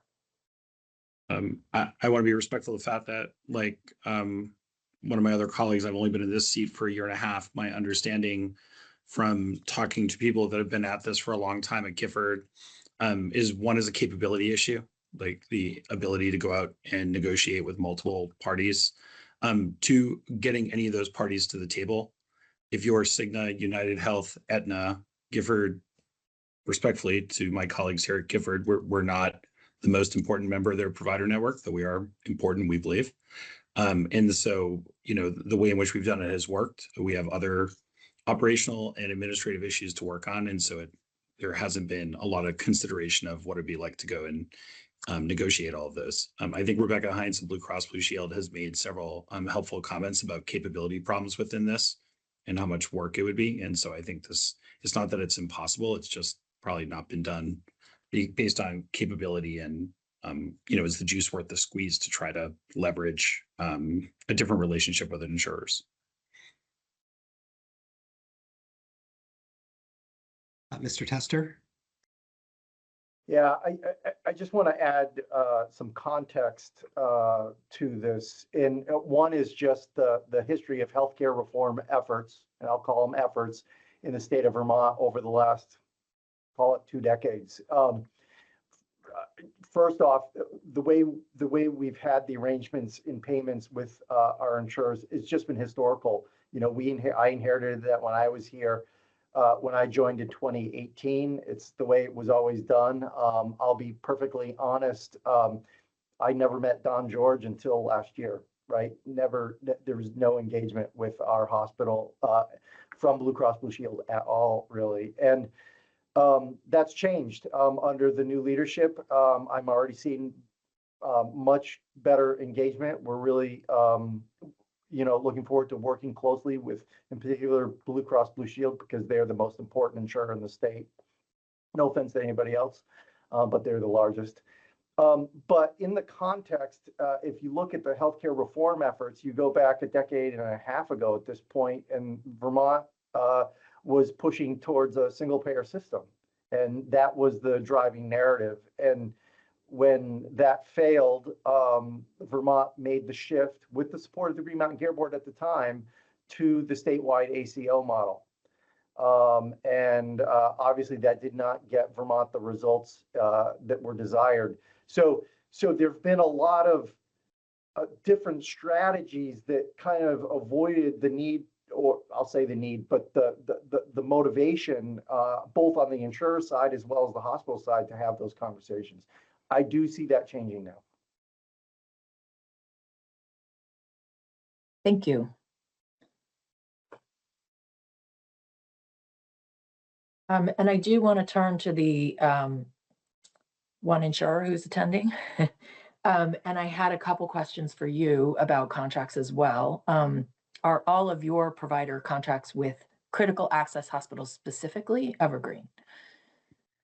I'm not super duper close to the contracting, but my understanding is that in general, they're all evergreen. They all have provisions that allow them to be terminated, with various notice. To the point that I think has been made here, a lot of these contracts have been in place for a really long time. And this conversation highlights that it is probably time for us to dust them off and think more creatively about them. I just want to say it out loud.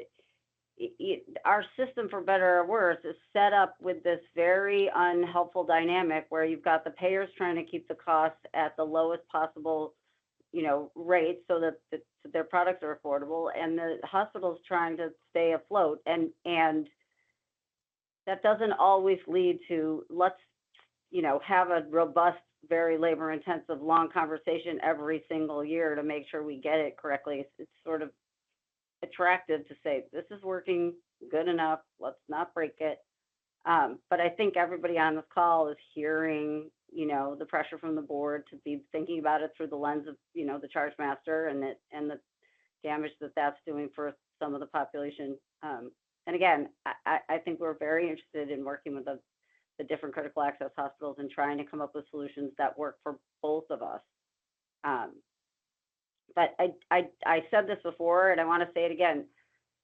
If there's a mandate that all the charge masters are at the Medicare PPS rate, and putting aside that would be very, very hard to actually make happen, not every insurer, and some of these insurers are big deals, are going to want to spend the time to negotiate a different deal for themselves than the great deal that is being handed to them on that charge master. So I do think that's something that needs to be thought about as the board proceeds.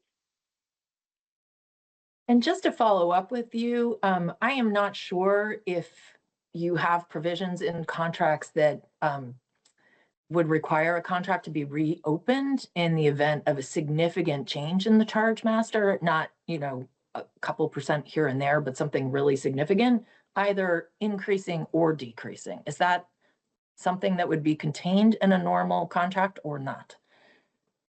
So we have, as we've been, looking at contracts with a fresh eye, contracting with a fresh eye, we are looking at things like that where there's more control and more analysis of the charge master changes and how those impact us. There are fees that Blue Cross sets that apply across the board, and to when you hear some of these hospitals say those are just the fees that they're going to get from us, that's a real dynamic. All of this is a ton of work. And, everybody's trying to do other things at the same time. So I do encourage the board to be cognizant of the very real administrative asks that renegotiating every single contract every single year might impose upon the different players in the market. But I do think this issue has highlighted, just letting the charge masters be out there without really thinking about some of these other dynamics is a real one. And I think we might be able to find hopefully we can find some short-term, not super labor-intensive solutions that will alleviate some of this problem. And I have another question for the insurers about the explanation of benefits, or the EOB. I do not know what the federal government requires you to put on the EOB, but my understanding is that generally you show the unnegotiated charge and then the negotiated price to the patient. Is that true? So are you talking about in a commercial space or Yes. or like on a med stuff? Yeah, so it'll have Commercial a charge. space specifically. Yeah, so my understanding is you'll see the charge and then you'll see the allowed amount, which is either a negotiated rate or a rate that we set, and by being in our network, you agree to take that rate, and then it'll have, your portion of the cost share. Is that required by federal law? I am unaware of a federal law. There are state laws around what needs to be on an explanation of benefits that are a little bit old. Whether Medicare and MedSup have a separate regulatory structure, I don't know. And then is it shown the same way if the charges, and I'm again speaking specific to commercial patients, not Medicare sub, is paying off the charge master where it's truly a discount off whatever the charge is, or off a fee schedule where it's a negotiated price that may or may not have anything to do with the charge master? No, it does not get to that level of detail at all. Okay. That's helpful. I did have a couple comments when we're thinking about these issues for the board and for all the people who are trying to come to solutions here.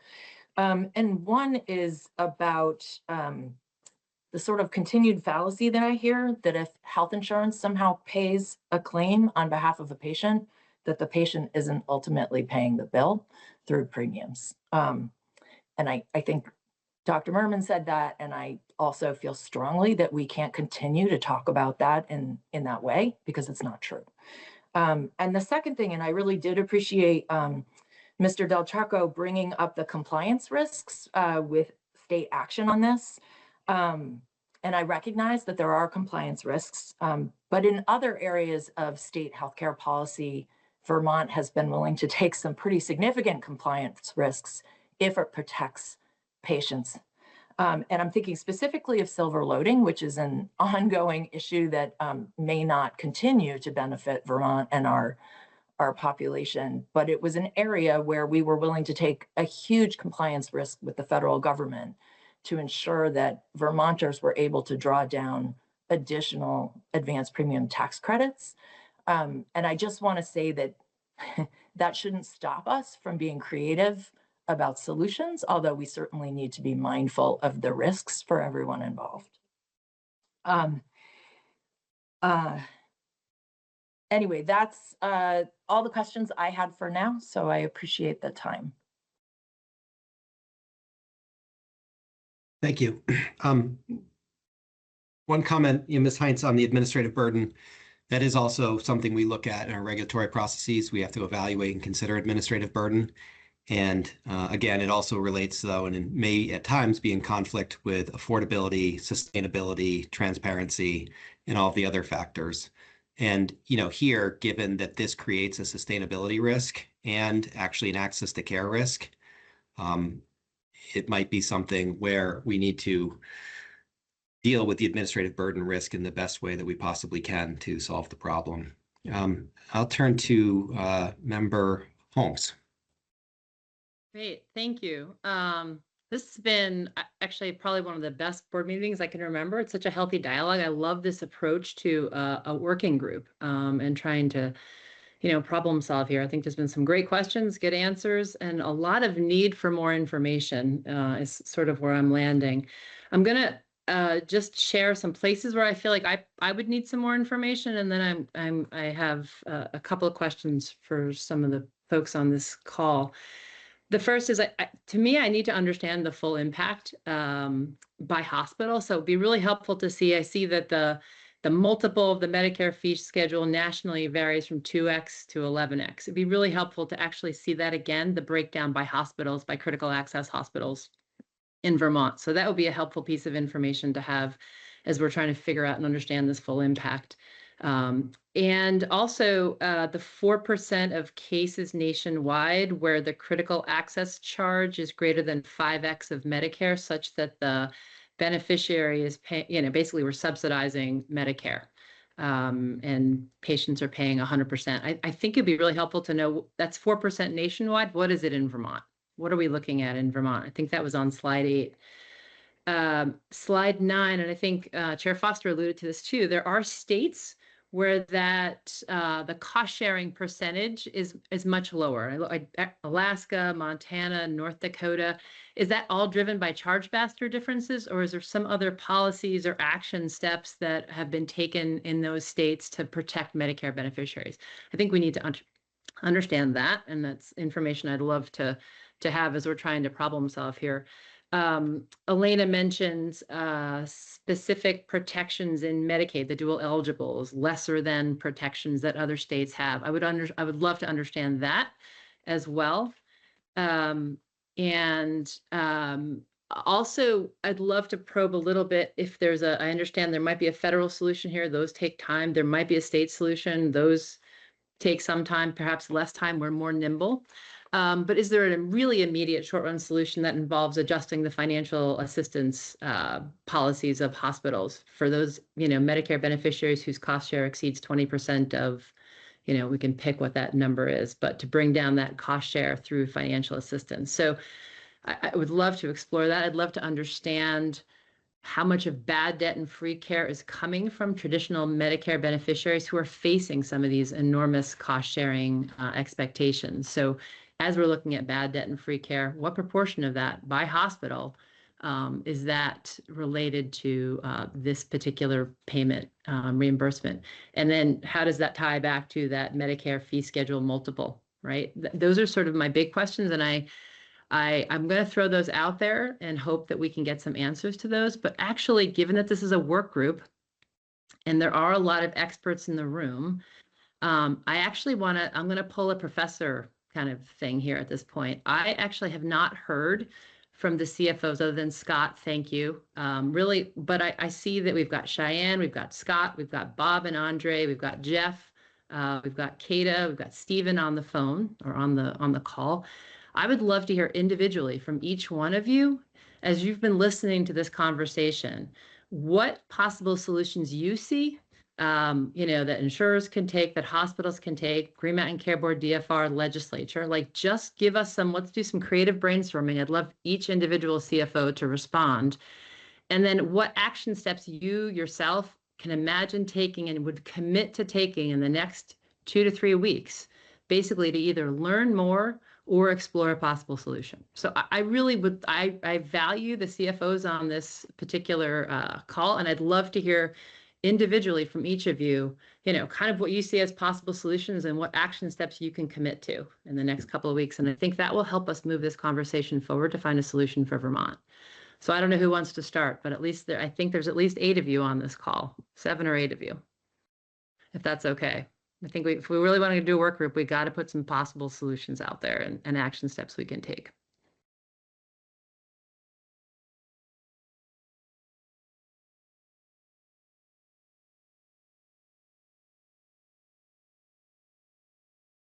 Scott for the win, A+. Sooner I go, the sooner I'm done.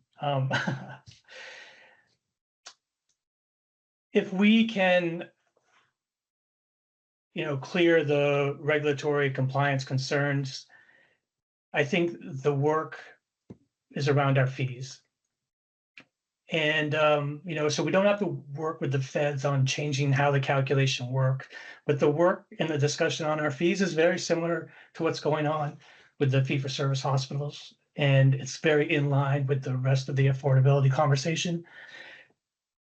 But from a CFO perspective, there's some assurances that I would want to have in place, so there would be this 1-year disruption in our Medicare reimbursement rate until our cost to charge ratio caught up, and various, we all have different days cash on hand, and the ability to weather that one issue alone is big. I would want to know that there was a commitment in the commercial space to have those conversations that you're saying, like how can we be maybe reimbursed differently, but have reimbursement not suffer? What I don't see a path for is that negotiation spreading to payers outside of our direct control within the state.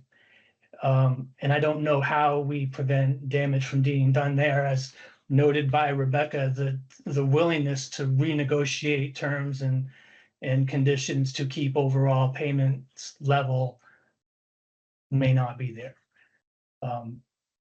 So those are my thoughts off the top of my head. And I do this hoping I'm not running afoul with any of my CFO colleagues and their thoughts. Well, thank you, Noah. Thank you so much for being the first out of the gate. And I wonder if DFR could play a role here, in some of those out-of-state national insurers that we don't. So I think having, for example, an action step could be, reaching out to DFR and seeing if they could help you in that regard. Stephen, or maybe I should let Chair Foster navigate this. I'm happy to. One comment actually back on that answer, and I appreciated it. The comment about control and oversight over some of the commercial players. The legislature is in session. The legislature is very concerned about this issue, and I guess I'd put that on our list as well. Is there a legislative solution that we need to have to require those conversations or to key off of a fee schedule rather than charges? So I guess we should also put our heads together on whether or not we need to speak with legislators to see if they're interested in looking at that. Mr. Brown? Yeah, I don't have any specific necessarily solutions, aside from the fact that truthfully, I think Medicare is the one who could solve this problem. If we want to calculate the coinsurance the same for all hospitals, their system could calculate the 20% based on the physician fee, their provider fee schedule, which they already have, rather than all the hospitals trying to come up with something different. That being said, if one of your solutions was that we changed our charge master down to the Medicare fee schedule so that it would be calculated for Medicare anyway, the way you want it, that means we're charging everybody based on the Medicare fee schedule. If we were then to renegotiate with all the commercial insurers, and I'll specifically ask Blue Cross since they're on this call here and probably our largest commercial payer, are you willing to, or is your system even capable of paying us more than what we're charging? Because in order to keep our Blue Cross payments anywhere near what they currently are, if I was sending you a bill with a charge based on a Medicare fee schedule, are you going to pay me more than that, what I'm saying I'm charging? Because you'd have to in order to keep payments anywhere near close. Yes. So for services that are on a fee schedule, the charge master is not relevant. Just from a technical perspective, I'm not making huge commitments about anything else. But I mean that's not like the charge master just doesn't become a part of the equation if there's a fee schedule for the service. So currently we're using lab and X-ray as a fee schedule, and I'm sending you a bill, say for $100, and you normally right now are paying me $75. That's fine. But if I'm now sending you a charge that says I'm only charging you $50, but I still want to get that $75, your system will pay me $75, even though I'm only sending you a bill for $50. Right. Well, I mean, there are, there's deals where there's lesser of provisions, but my understanding is that that a fee schedule can circumvent the rest of it. Yeah. Okay, because I don't recall back when, it's been a while since I've posted remittance advices myself, but I don't remember ever seeing Blue Cross pay more than what we billed. Right. Well, who would ever do that? Right. So this is a unique situation. Yes, but I don't think it's a technical limitation. Is all I'm trying to say. Okay. Okay. So then we would have to renegotiate all the rest of the services that are paid on a percentage of charges, and your system would be capable of paying me more than percentage. So instead of paying me 85% of charges, say you're going to pay me 125% of charges. I think we would set a fee, right? You would say this is the price for this service, and it wouldn't be a function of the charge master because the charge master would be dictating, the Medicare cost share. But okay, so our entire Blue Cross reimbursement would be based on a negotiated fee schedule, which would be more than what we're actually charging. Your system would be able to do that. In theory, yeah, the system can do it. It's the devil's in the details, but yeah, I don't think there's a systems limitation. Okay. That's all I have at the moment. Well, Stephen, actually, before you go, I'd love to hear what action step you could imagine taking yourself in the next couple of weeks to kind of move this conversation forward. And I would ask that of all the CFOs that are going to speak.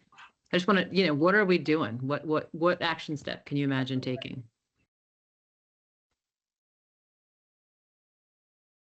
I'm going to have to think about that.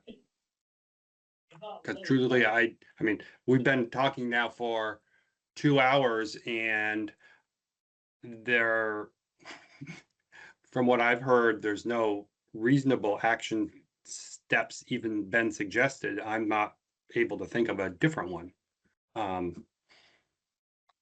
Well, I would just say reaching out to DFR, reaching out to the legislature, figuring out the compliance issues. I mean, there's a lot of information gathering that could potentially go on. I'll just throw those out there, but we can hear from other people as well. But there are action steps that I think we all need to take to figure this out. No, I agree. I think the biggest issue is, which Mike has said he's already done, is starting with the compliance issue. To me, wasting the time and effort on any other possible solutions until you know what is even legally possible is, we're trying to cut healthcare costs in this state, and that's just going to add to it if we're wasting all this time on solutions that couldn't possibly happen. But that's just my opinion. Yeah, thank you.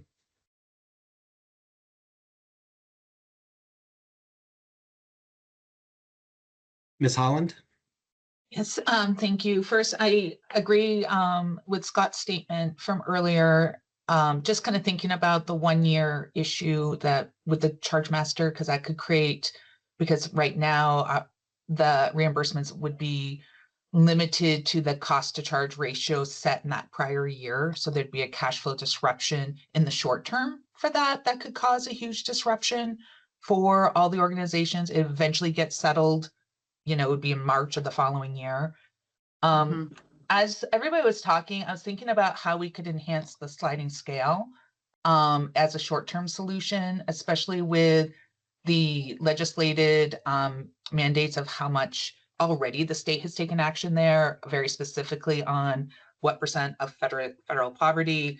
Could there be language in there that increases it for seniors specifically, something in that general direction that we could all potentially implement pretty quickly. I know that a lot of our seniors do qualify for a lot of those, but then it could be a lot more just automatic rather than it being on a per, but we have to kind of think about those IRS regs around that too, so we don't run afoul of them.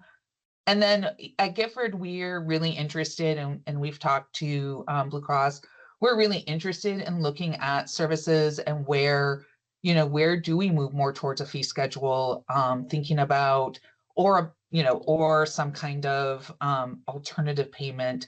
We are percent of charge, just looking again, only a year and a half history of Gifford, but it seems to have that status the same as the other critical access hospitals. That seem to have been kind of a set it and forget it, because, hey, here's your percent of charge, here's your authorized charge, your rate increase, we're just going to roll that forward without really looking at, you know, does it make sense to go into other services that are, you know, that make sense and really lend themselves to those fee schedules, and starting there. And I think, and the other, just, this is my opinion, I'm not speaking on behalf of Gifford, this is just Cheyenne's worldview, is I think as we move closer to reference-based pricing, a lot of this starts to correct itself. So the quicker we can move towards sort of that, then you'll see some of these anomalies in our charge masters start to right themselves, if it's done in a way truly towards a, hey, we're going to be focused on a reference-based pricing model. Cheyenne, I really appreciate that. I appreciate you trying to throw out some solutions in here. And I just wonder, will you be willing to take kind of those action steps and look into that sliding scale and look into that fee schedule and do that work? And I just appreciate that you're throwing out some real solutions here. So I want to and in our initial meetings with Blue Cross, we've already talked about some of these ideas going into this contracting cycle. I do want to say that there is the real, like, when you move towards a completely from a percent of charge to some other alternative methodology, it takes a lot of data digging on both sides to make sure there's no unintended consequences, right? Like making sure, like, hey, does this make sense on either side? Like, once you kind of go into that, it's like, wow, we didn't know, you know, they could be paying us 20% more or 20% less. I think one of the other things to consider is also the fact that the national payers, frankly, we have no leverage, and really, there, with a population of 600,000 in the entire state, there's very little leverage in general with these national payers from any individual hospital or hospital system. And they're likely to get advantaged as we're starting to. And that's something that, I mean, I don't want to speak for my friends at Blue Cross, but I know when we used to do negotiations back in the day when I had my other hat on, that was always a conversation of, hey, Cigna's getting advantage, why are we paying more? You know, and it's because the national payer may just pay that percent of charge without real consideration for what that means for the bigger group. Yeah, I do think that having the legislature and the DFR involved in these conversations could potentially be helpful in that regard. So, but I appreciate that very much. Thank you for throwing out some real solutions that we can work on together. Can I pop in with one quick follow-up with Cheyenne? Cheyenne, if I remember correctly, you have worked at other critical hospitals outside of Vermont, or were they not critical access hospitals? They weren't critical access hospitals. I've worked in multiple hospitals across different types, whether Medicare dependent, completely public supported, all Medicaid hospitals. But I guess my second half of the question, which may not make sense, is do you know if the critical access hospitals outside of Vermont typically are percent of charges, or if people have, or if these other hospitals have worked on fee schedules as well? Is this sort of a unique Vermont thing, or is this sort of pretty common throughout critical access hospitals? I think maybe I don't have that information. I don't have that.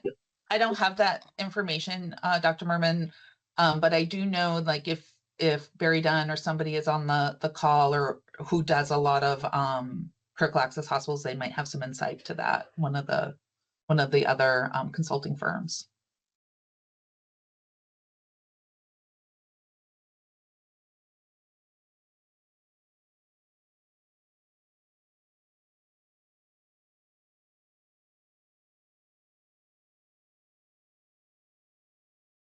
Member Holmes, do you want to, I think you were calling on people in the order in response to your question. Oh, no, that's right. I wasn't sure if you or I were. I know Andre. Thank you. You're up next. Hey, Jessica, thank you.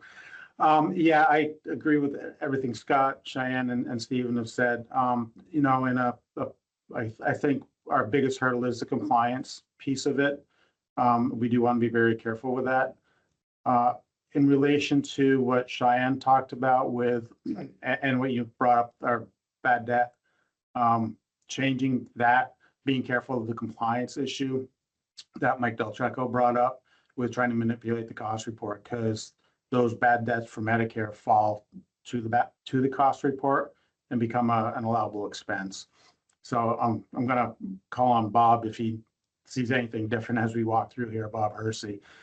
In a perfect world, if we were able to navigate this compliance issue, you know, we could potentially put a separate fee schedule for Medicare specifically.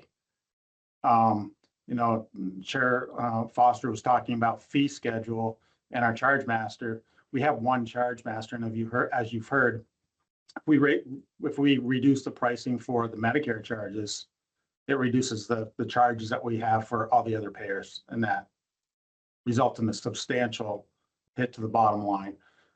Negotiating with Blue Cross is a lot easier than some of these other companies.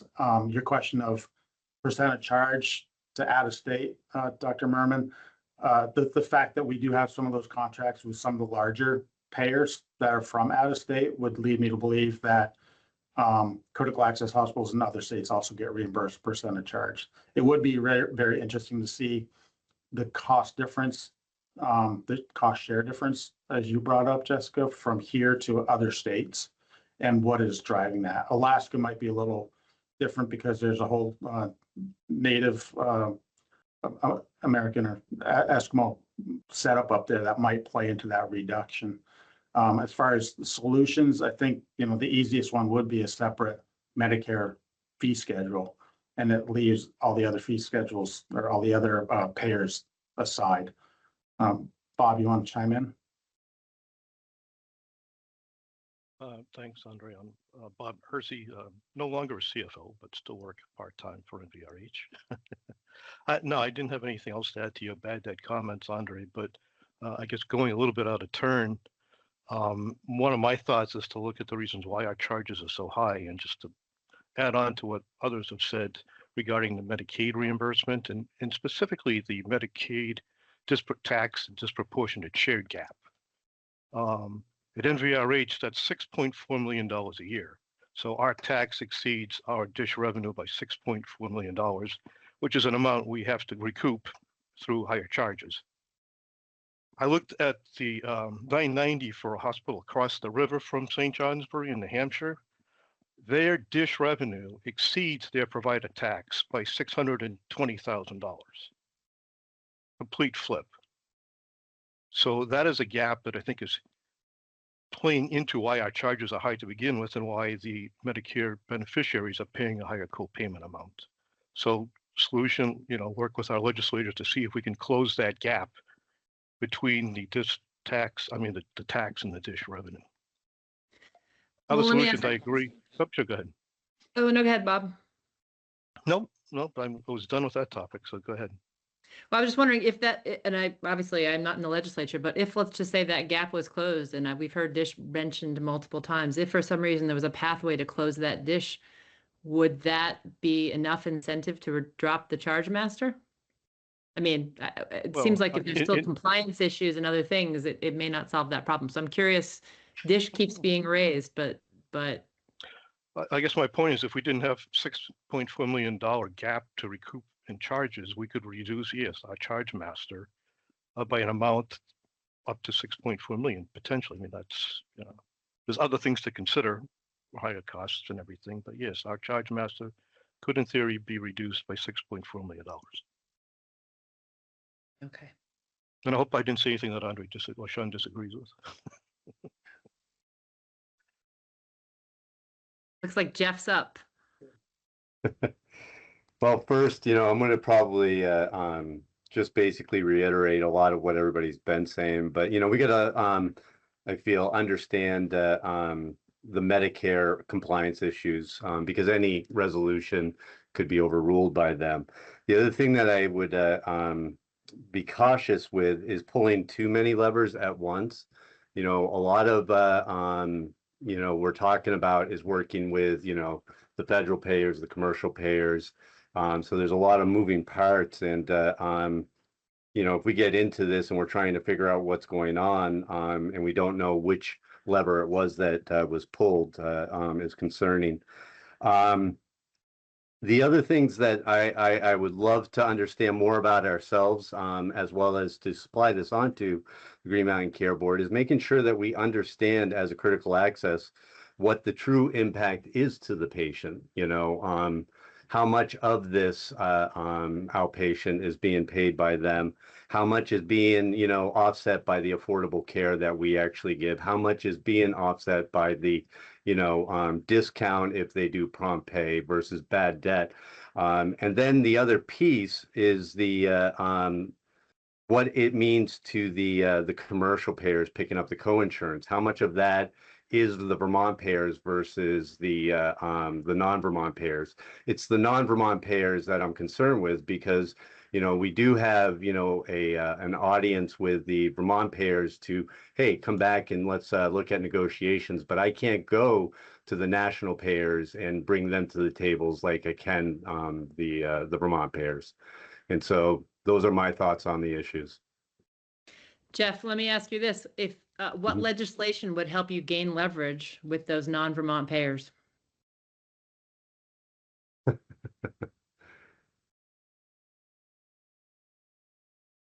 What legislation? I guess if we had created some sort of universal contract that that they'd have to adhere to, to look at trying to make that, to try to encourage more payers to actually enter the state of Vermont, would be kind of something that I would be looking into. Is that an action step that you're willing to take? Well, if it would be a very difficult action step, but yeah, I'd love to look into that. Great, sold to the highest bidder. All right, thank you. Kata, I think you're up.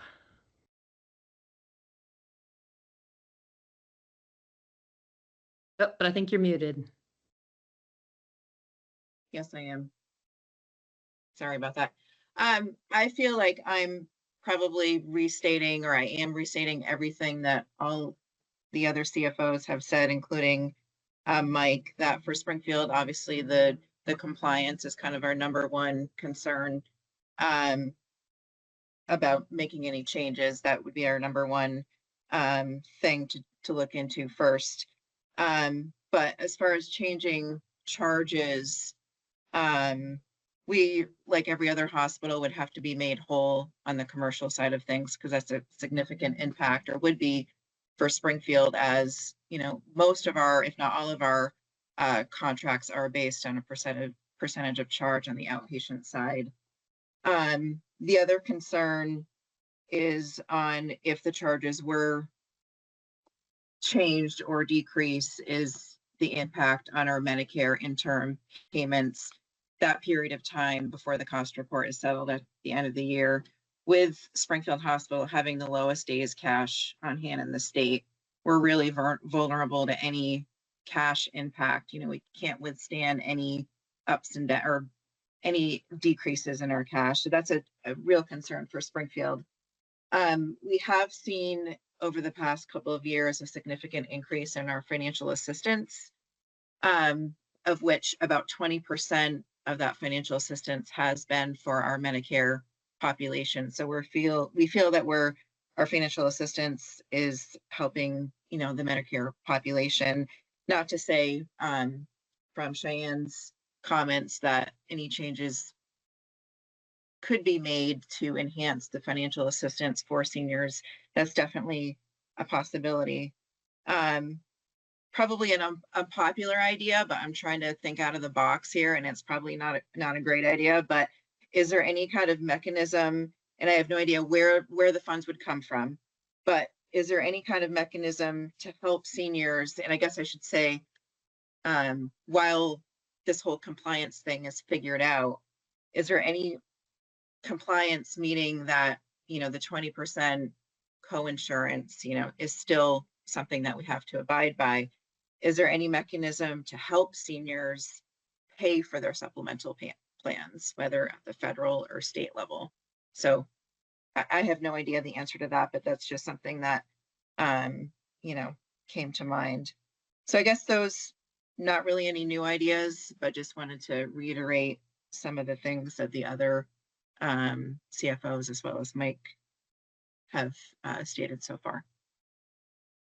I guess I just have one follow-up question, and I thank you, Kata. And it sounds like, I think every hospital might be able to look into the sliding scale as a short-term solution. It'd be wonderful to hear from each hospital about what sliding scale changes might be made to provide short-run assistance immediately even. Maybe it doesn't have to wait to think about this.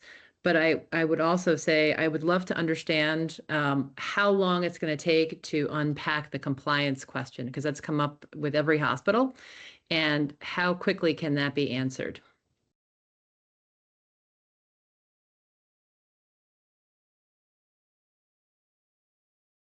And I would maybe turn to Mike to answer that. That's great. Looks like Mike's got his hand raised. Thanks for that question. I wish I had a clear line of sight on that. We reached out to our MAC a week or so ago, and then followed up with CMS, then was moved forward to CMS last week. So I have not heard back over the weekend. I contacted them and just via email, not verbally, and I'm waiting to hear guidance and direction back. I will follow up with them. I wish I had a more definitive time period on that. Great. All right. Well, hopefully we'll have that resolved quickly. I just want to thank all of the CFOs who, I cold called you, and I just want to appreciate that, there were some out of the box questions and some attempts to kind of find a path forward, or at least take action steps to learn more so that we can collectively find a solution here that balances affordability for our most vulnerable rural seniors and the sustainability of critical access hospitals. So appreciate that. Lots of follow-up, it sounds like, and this doesn't have to be the end of this conversation. If ideas are bubbling up, we need to hear them. And I think this hearing was a great idea, or not even a hearing, sorry, this is a working group. This working group in the public, I think, was a great idea. And I hope we can do more of these in the future. That's all I have, Chair Foster. Prospective Middlebury College econ students are second guessing their decision right now. And having had the privilege and pleasure of teaching alongside you, I've seen the cold calling before. You're an undergrad professor, not the Socratic method that we have in law school, but I appreciate you using it. I'll turn to Member Walsh. Thank you, Chair. And I'll just reiterate what all of my colleagues have said and say that I think this is the working group approach is terrific. Our staff earlier today presented 3 possible solutions. And the third one, capping what hospitals may collect from patients at 20% of OPPS. I want to focus on that a little bit further, because I think it's the narrowest intervention possible. It doesn't require reducing charges. It doesn't require changes in Medicare payment. It doesn't require renegotiating commercial contracts. It only limits what patients pay. And I think it can be narrowly defined. There are worries about compliance with the OIG guidance. And I guess here's where I have a question that's, I don't know that any of us can answer today. It will require follow-up. But when I read through the guidance carefully, it addresses a specific fraud and abuse worry that a hospital acting on its own can't reduce what patients owe in order to attract referrals or volume. I don't see where it addresses whether a state can enact a consumer protection statute that limits what hospitals can collect from patients for defined services. Those seem like different questions, and I'm not sure the OIG guidance answers the second about what a state can do. There's a hospital choosing to waive a bill isn't the same thing as a hospital complying with a state law.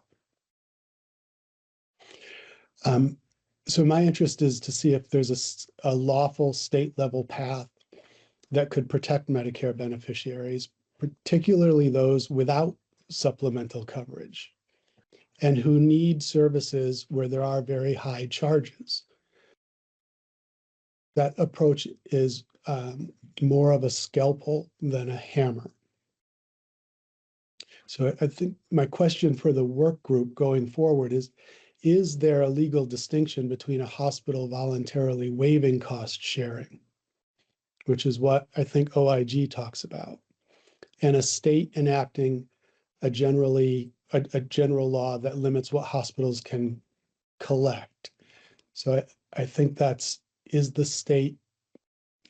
the federal law preempt or prevent a state from enacting a law like that? And if not, couldn't we try to not boil the ocean like Ms. Heinz warned against, which I think is great advice? But could we design a regulatory or legislative provision that would protect seniors, but would not be so dramatic a change for hospitals so quickly as to immediately destabilize them? So that's the question that I hope we can keep. That's my contribution to the work group, that I hope we can keep exploring that question. So thank you. Back to you, Chair. Mr. Del Trecco. Thank you, Chair Foster, and thank you, Member Walsh. That is exactly the level of question that I've pursued.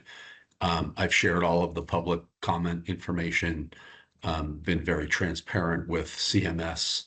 I have not reached out to the OIG. I think that is the absolute last resort place, and I'm hoping to hear back. Like I said, I don't have a definitive timeline, and hope is not a strategy, so I will be reaching out to them again.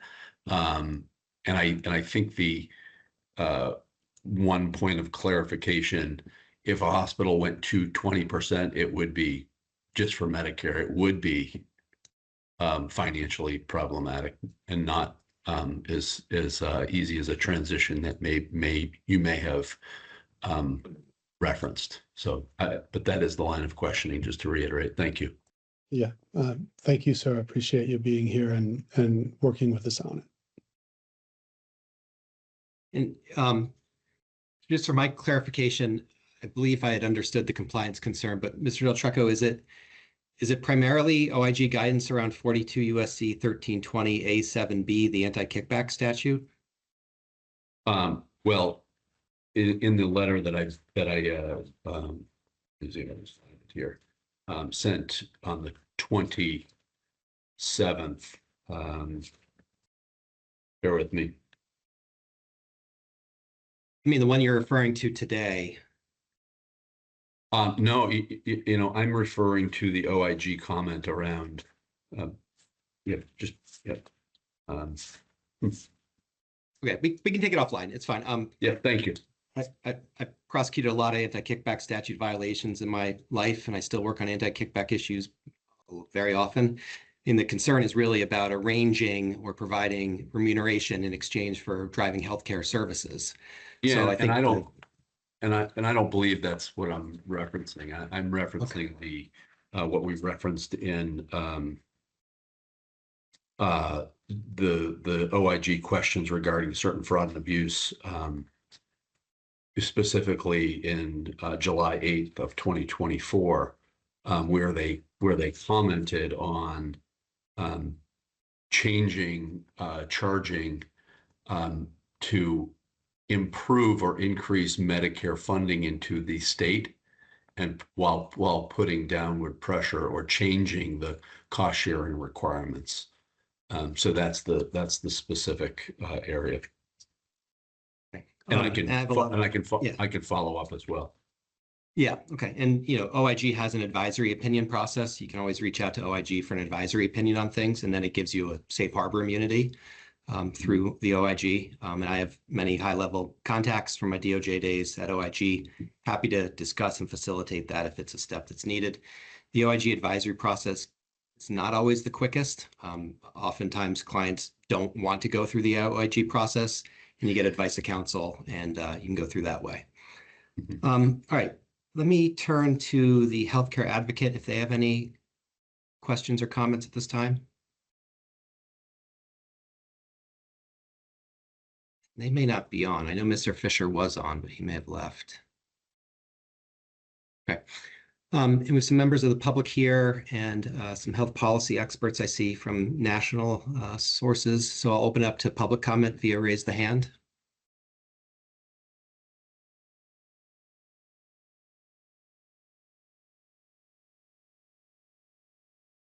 Mr. Murray. Yes, thank you, Chairman Foster. My name is Bob Murray. I actually, I used to be the executive director of the Maryland All-Payer Hospital Rate Setting System for a number of years. Currently, I'm working with Jerry Anderson from Johns Hopkins. We're funded by an Arnold Ventures grant to provide technical assistance to states that are looking to implement some sort of payment model. I had previously done some work in Vermont, so I recognize many of you, and I want to say hi to folks.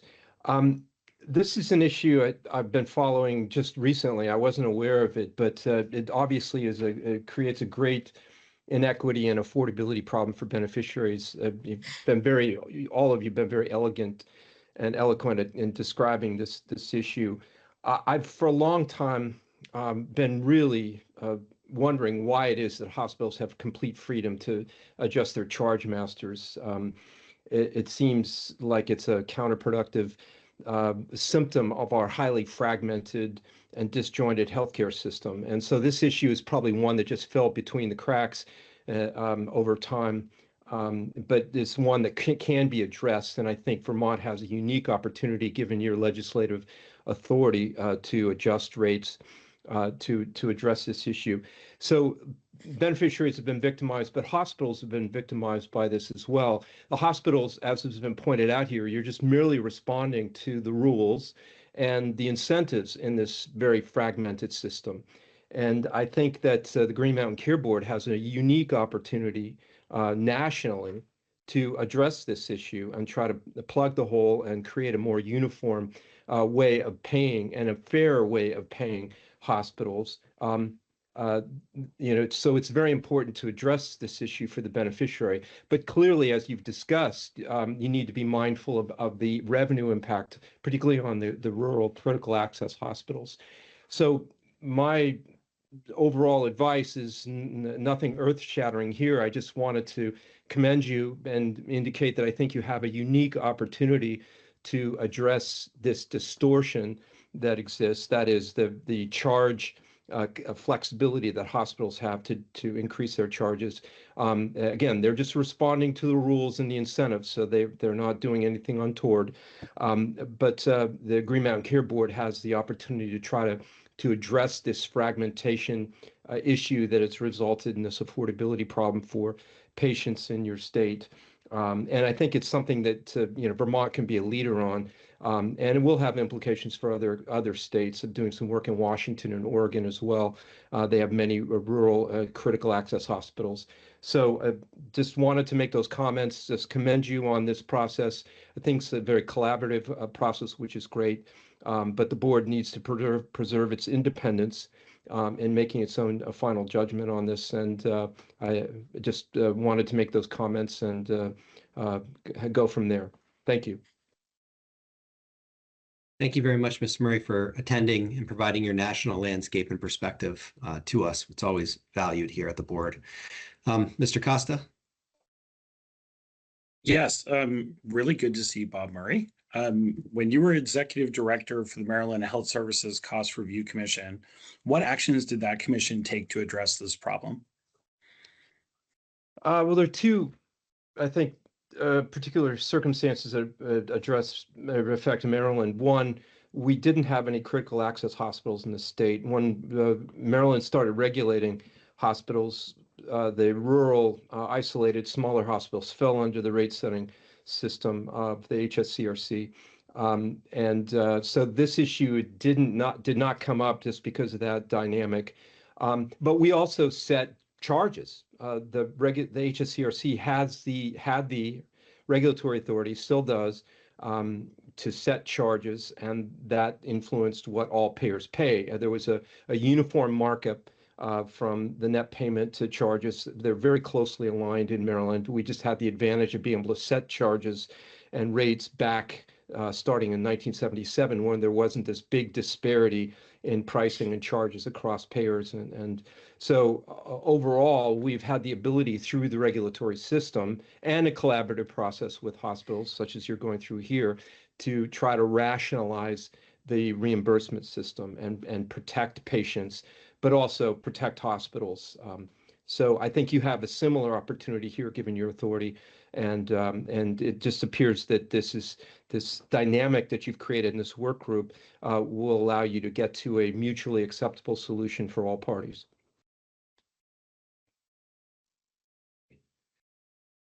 Thank you. Thank you very much. Any other public comment at this time?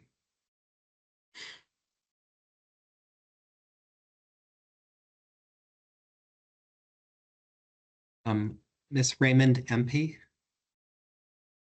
Yes, hi. I'm a member of the public here today, and with so much talk about Medicare beneficiaries, I was thinking that perhaps maybe the next work group session, it might be a good idea to invite somebody from the Council on Aging, just somebody from the broad network that we have.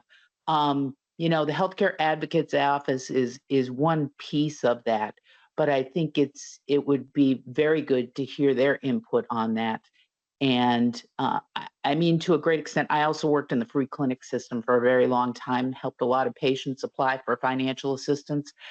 Certainly the seniors are often reluctant to apply for it, but especially now with the passage of Act 119, we've seen huge growth in that. So I think that the charts and the graphs I saw at the beginning could be a little bit deceiving. I also know most of the seniors that I worked with they were insurance poor, just paying for Part B and their Part D plan. So I think that the financial assistance is a huge piece. It's very important, and Vermont is very generous with their financial assistance piece, much more generous than our counterparts in New Hampshire. I know that for sure. So I would just say I think that would add a lot of depth to the conversation and maybe bring some insight and some thought into how we could proceed further with the discussions. Great suggestion. Our board hearings are always noticed, although sometimes we can do an improved job on reaching out to specific groups to try and ensure attendance and participation. So we will note that, and we'll make sure that we do that for the next work group session. Other public comment?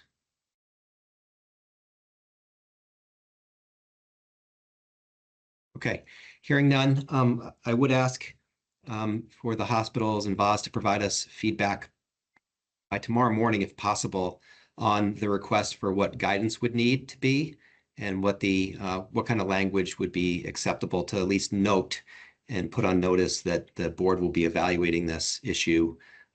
Hopefully there'll be a solution that we can come to, but otherwise any input that you want to provide on guidance would be great. Mr. Del Trecco? Yeah, as I alluded to at the beginning, I don't think I'm able to respond for tomorrow for guidance. I think it's too soon and too early. I think there's been a lot of discussions and questions here that I'm surprised, a little bit surprised that we're asking for information to be put in guidance when we've just went through a whole process of questions and without answers. So as I alluded to in my opening remarks, unfortunately, I'm not able to do that.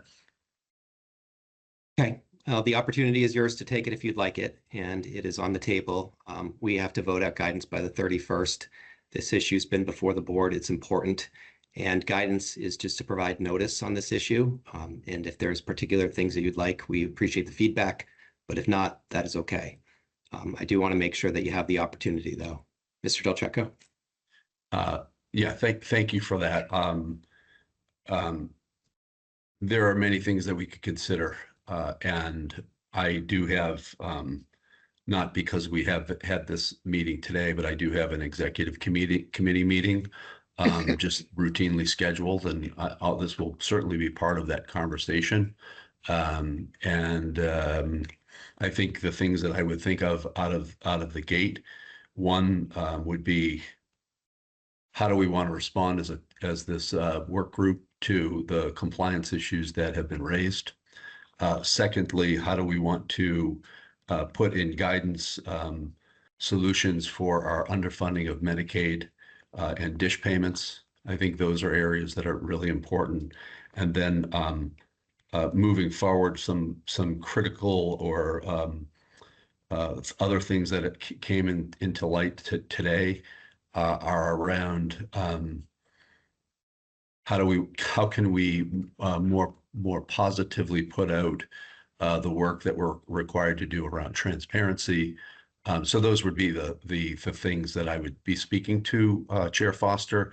As far as specific recommendations to solve the crux of the issue we're talking here, I'd be challenged to do. But I hear you loud and clear, and I appreciate the opportunity. Okay, great. We do have a little bit of old business that I want to wait, which is just some meeting minutes. The board had hearings on March 11th and March 18th. So I will move to approve the minutes of March 11th. Second. All in favor of approval of the March 11th meeting, say aye. Aye. Aye. Aye. Minutes are approved. And I will also move to approve the minutes of March 18th. Second. Second. All in favor, say aye. Aye. Aye. Aye. And the March 18th minutes are approved. Any other old or new business for the board? Then I want to thank everyone for the communications that we've been working on to get this issue teed up for us to discuss it today, for the time out of your busy schedules, and for the efforts to try and address this and solve it as soon as we can for the communities, while ensuring our hospitals are very solvent and sustainable. So thanks everyone for your work. There are a number of things that we need to take away and work on, and we appreciate your efforts. With that, I will move that we adjourn. Second. All in favor, say aye. Aye. Aye. Aye. Aye, and we are adjourned. Have a good day.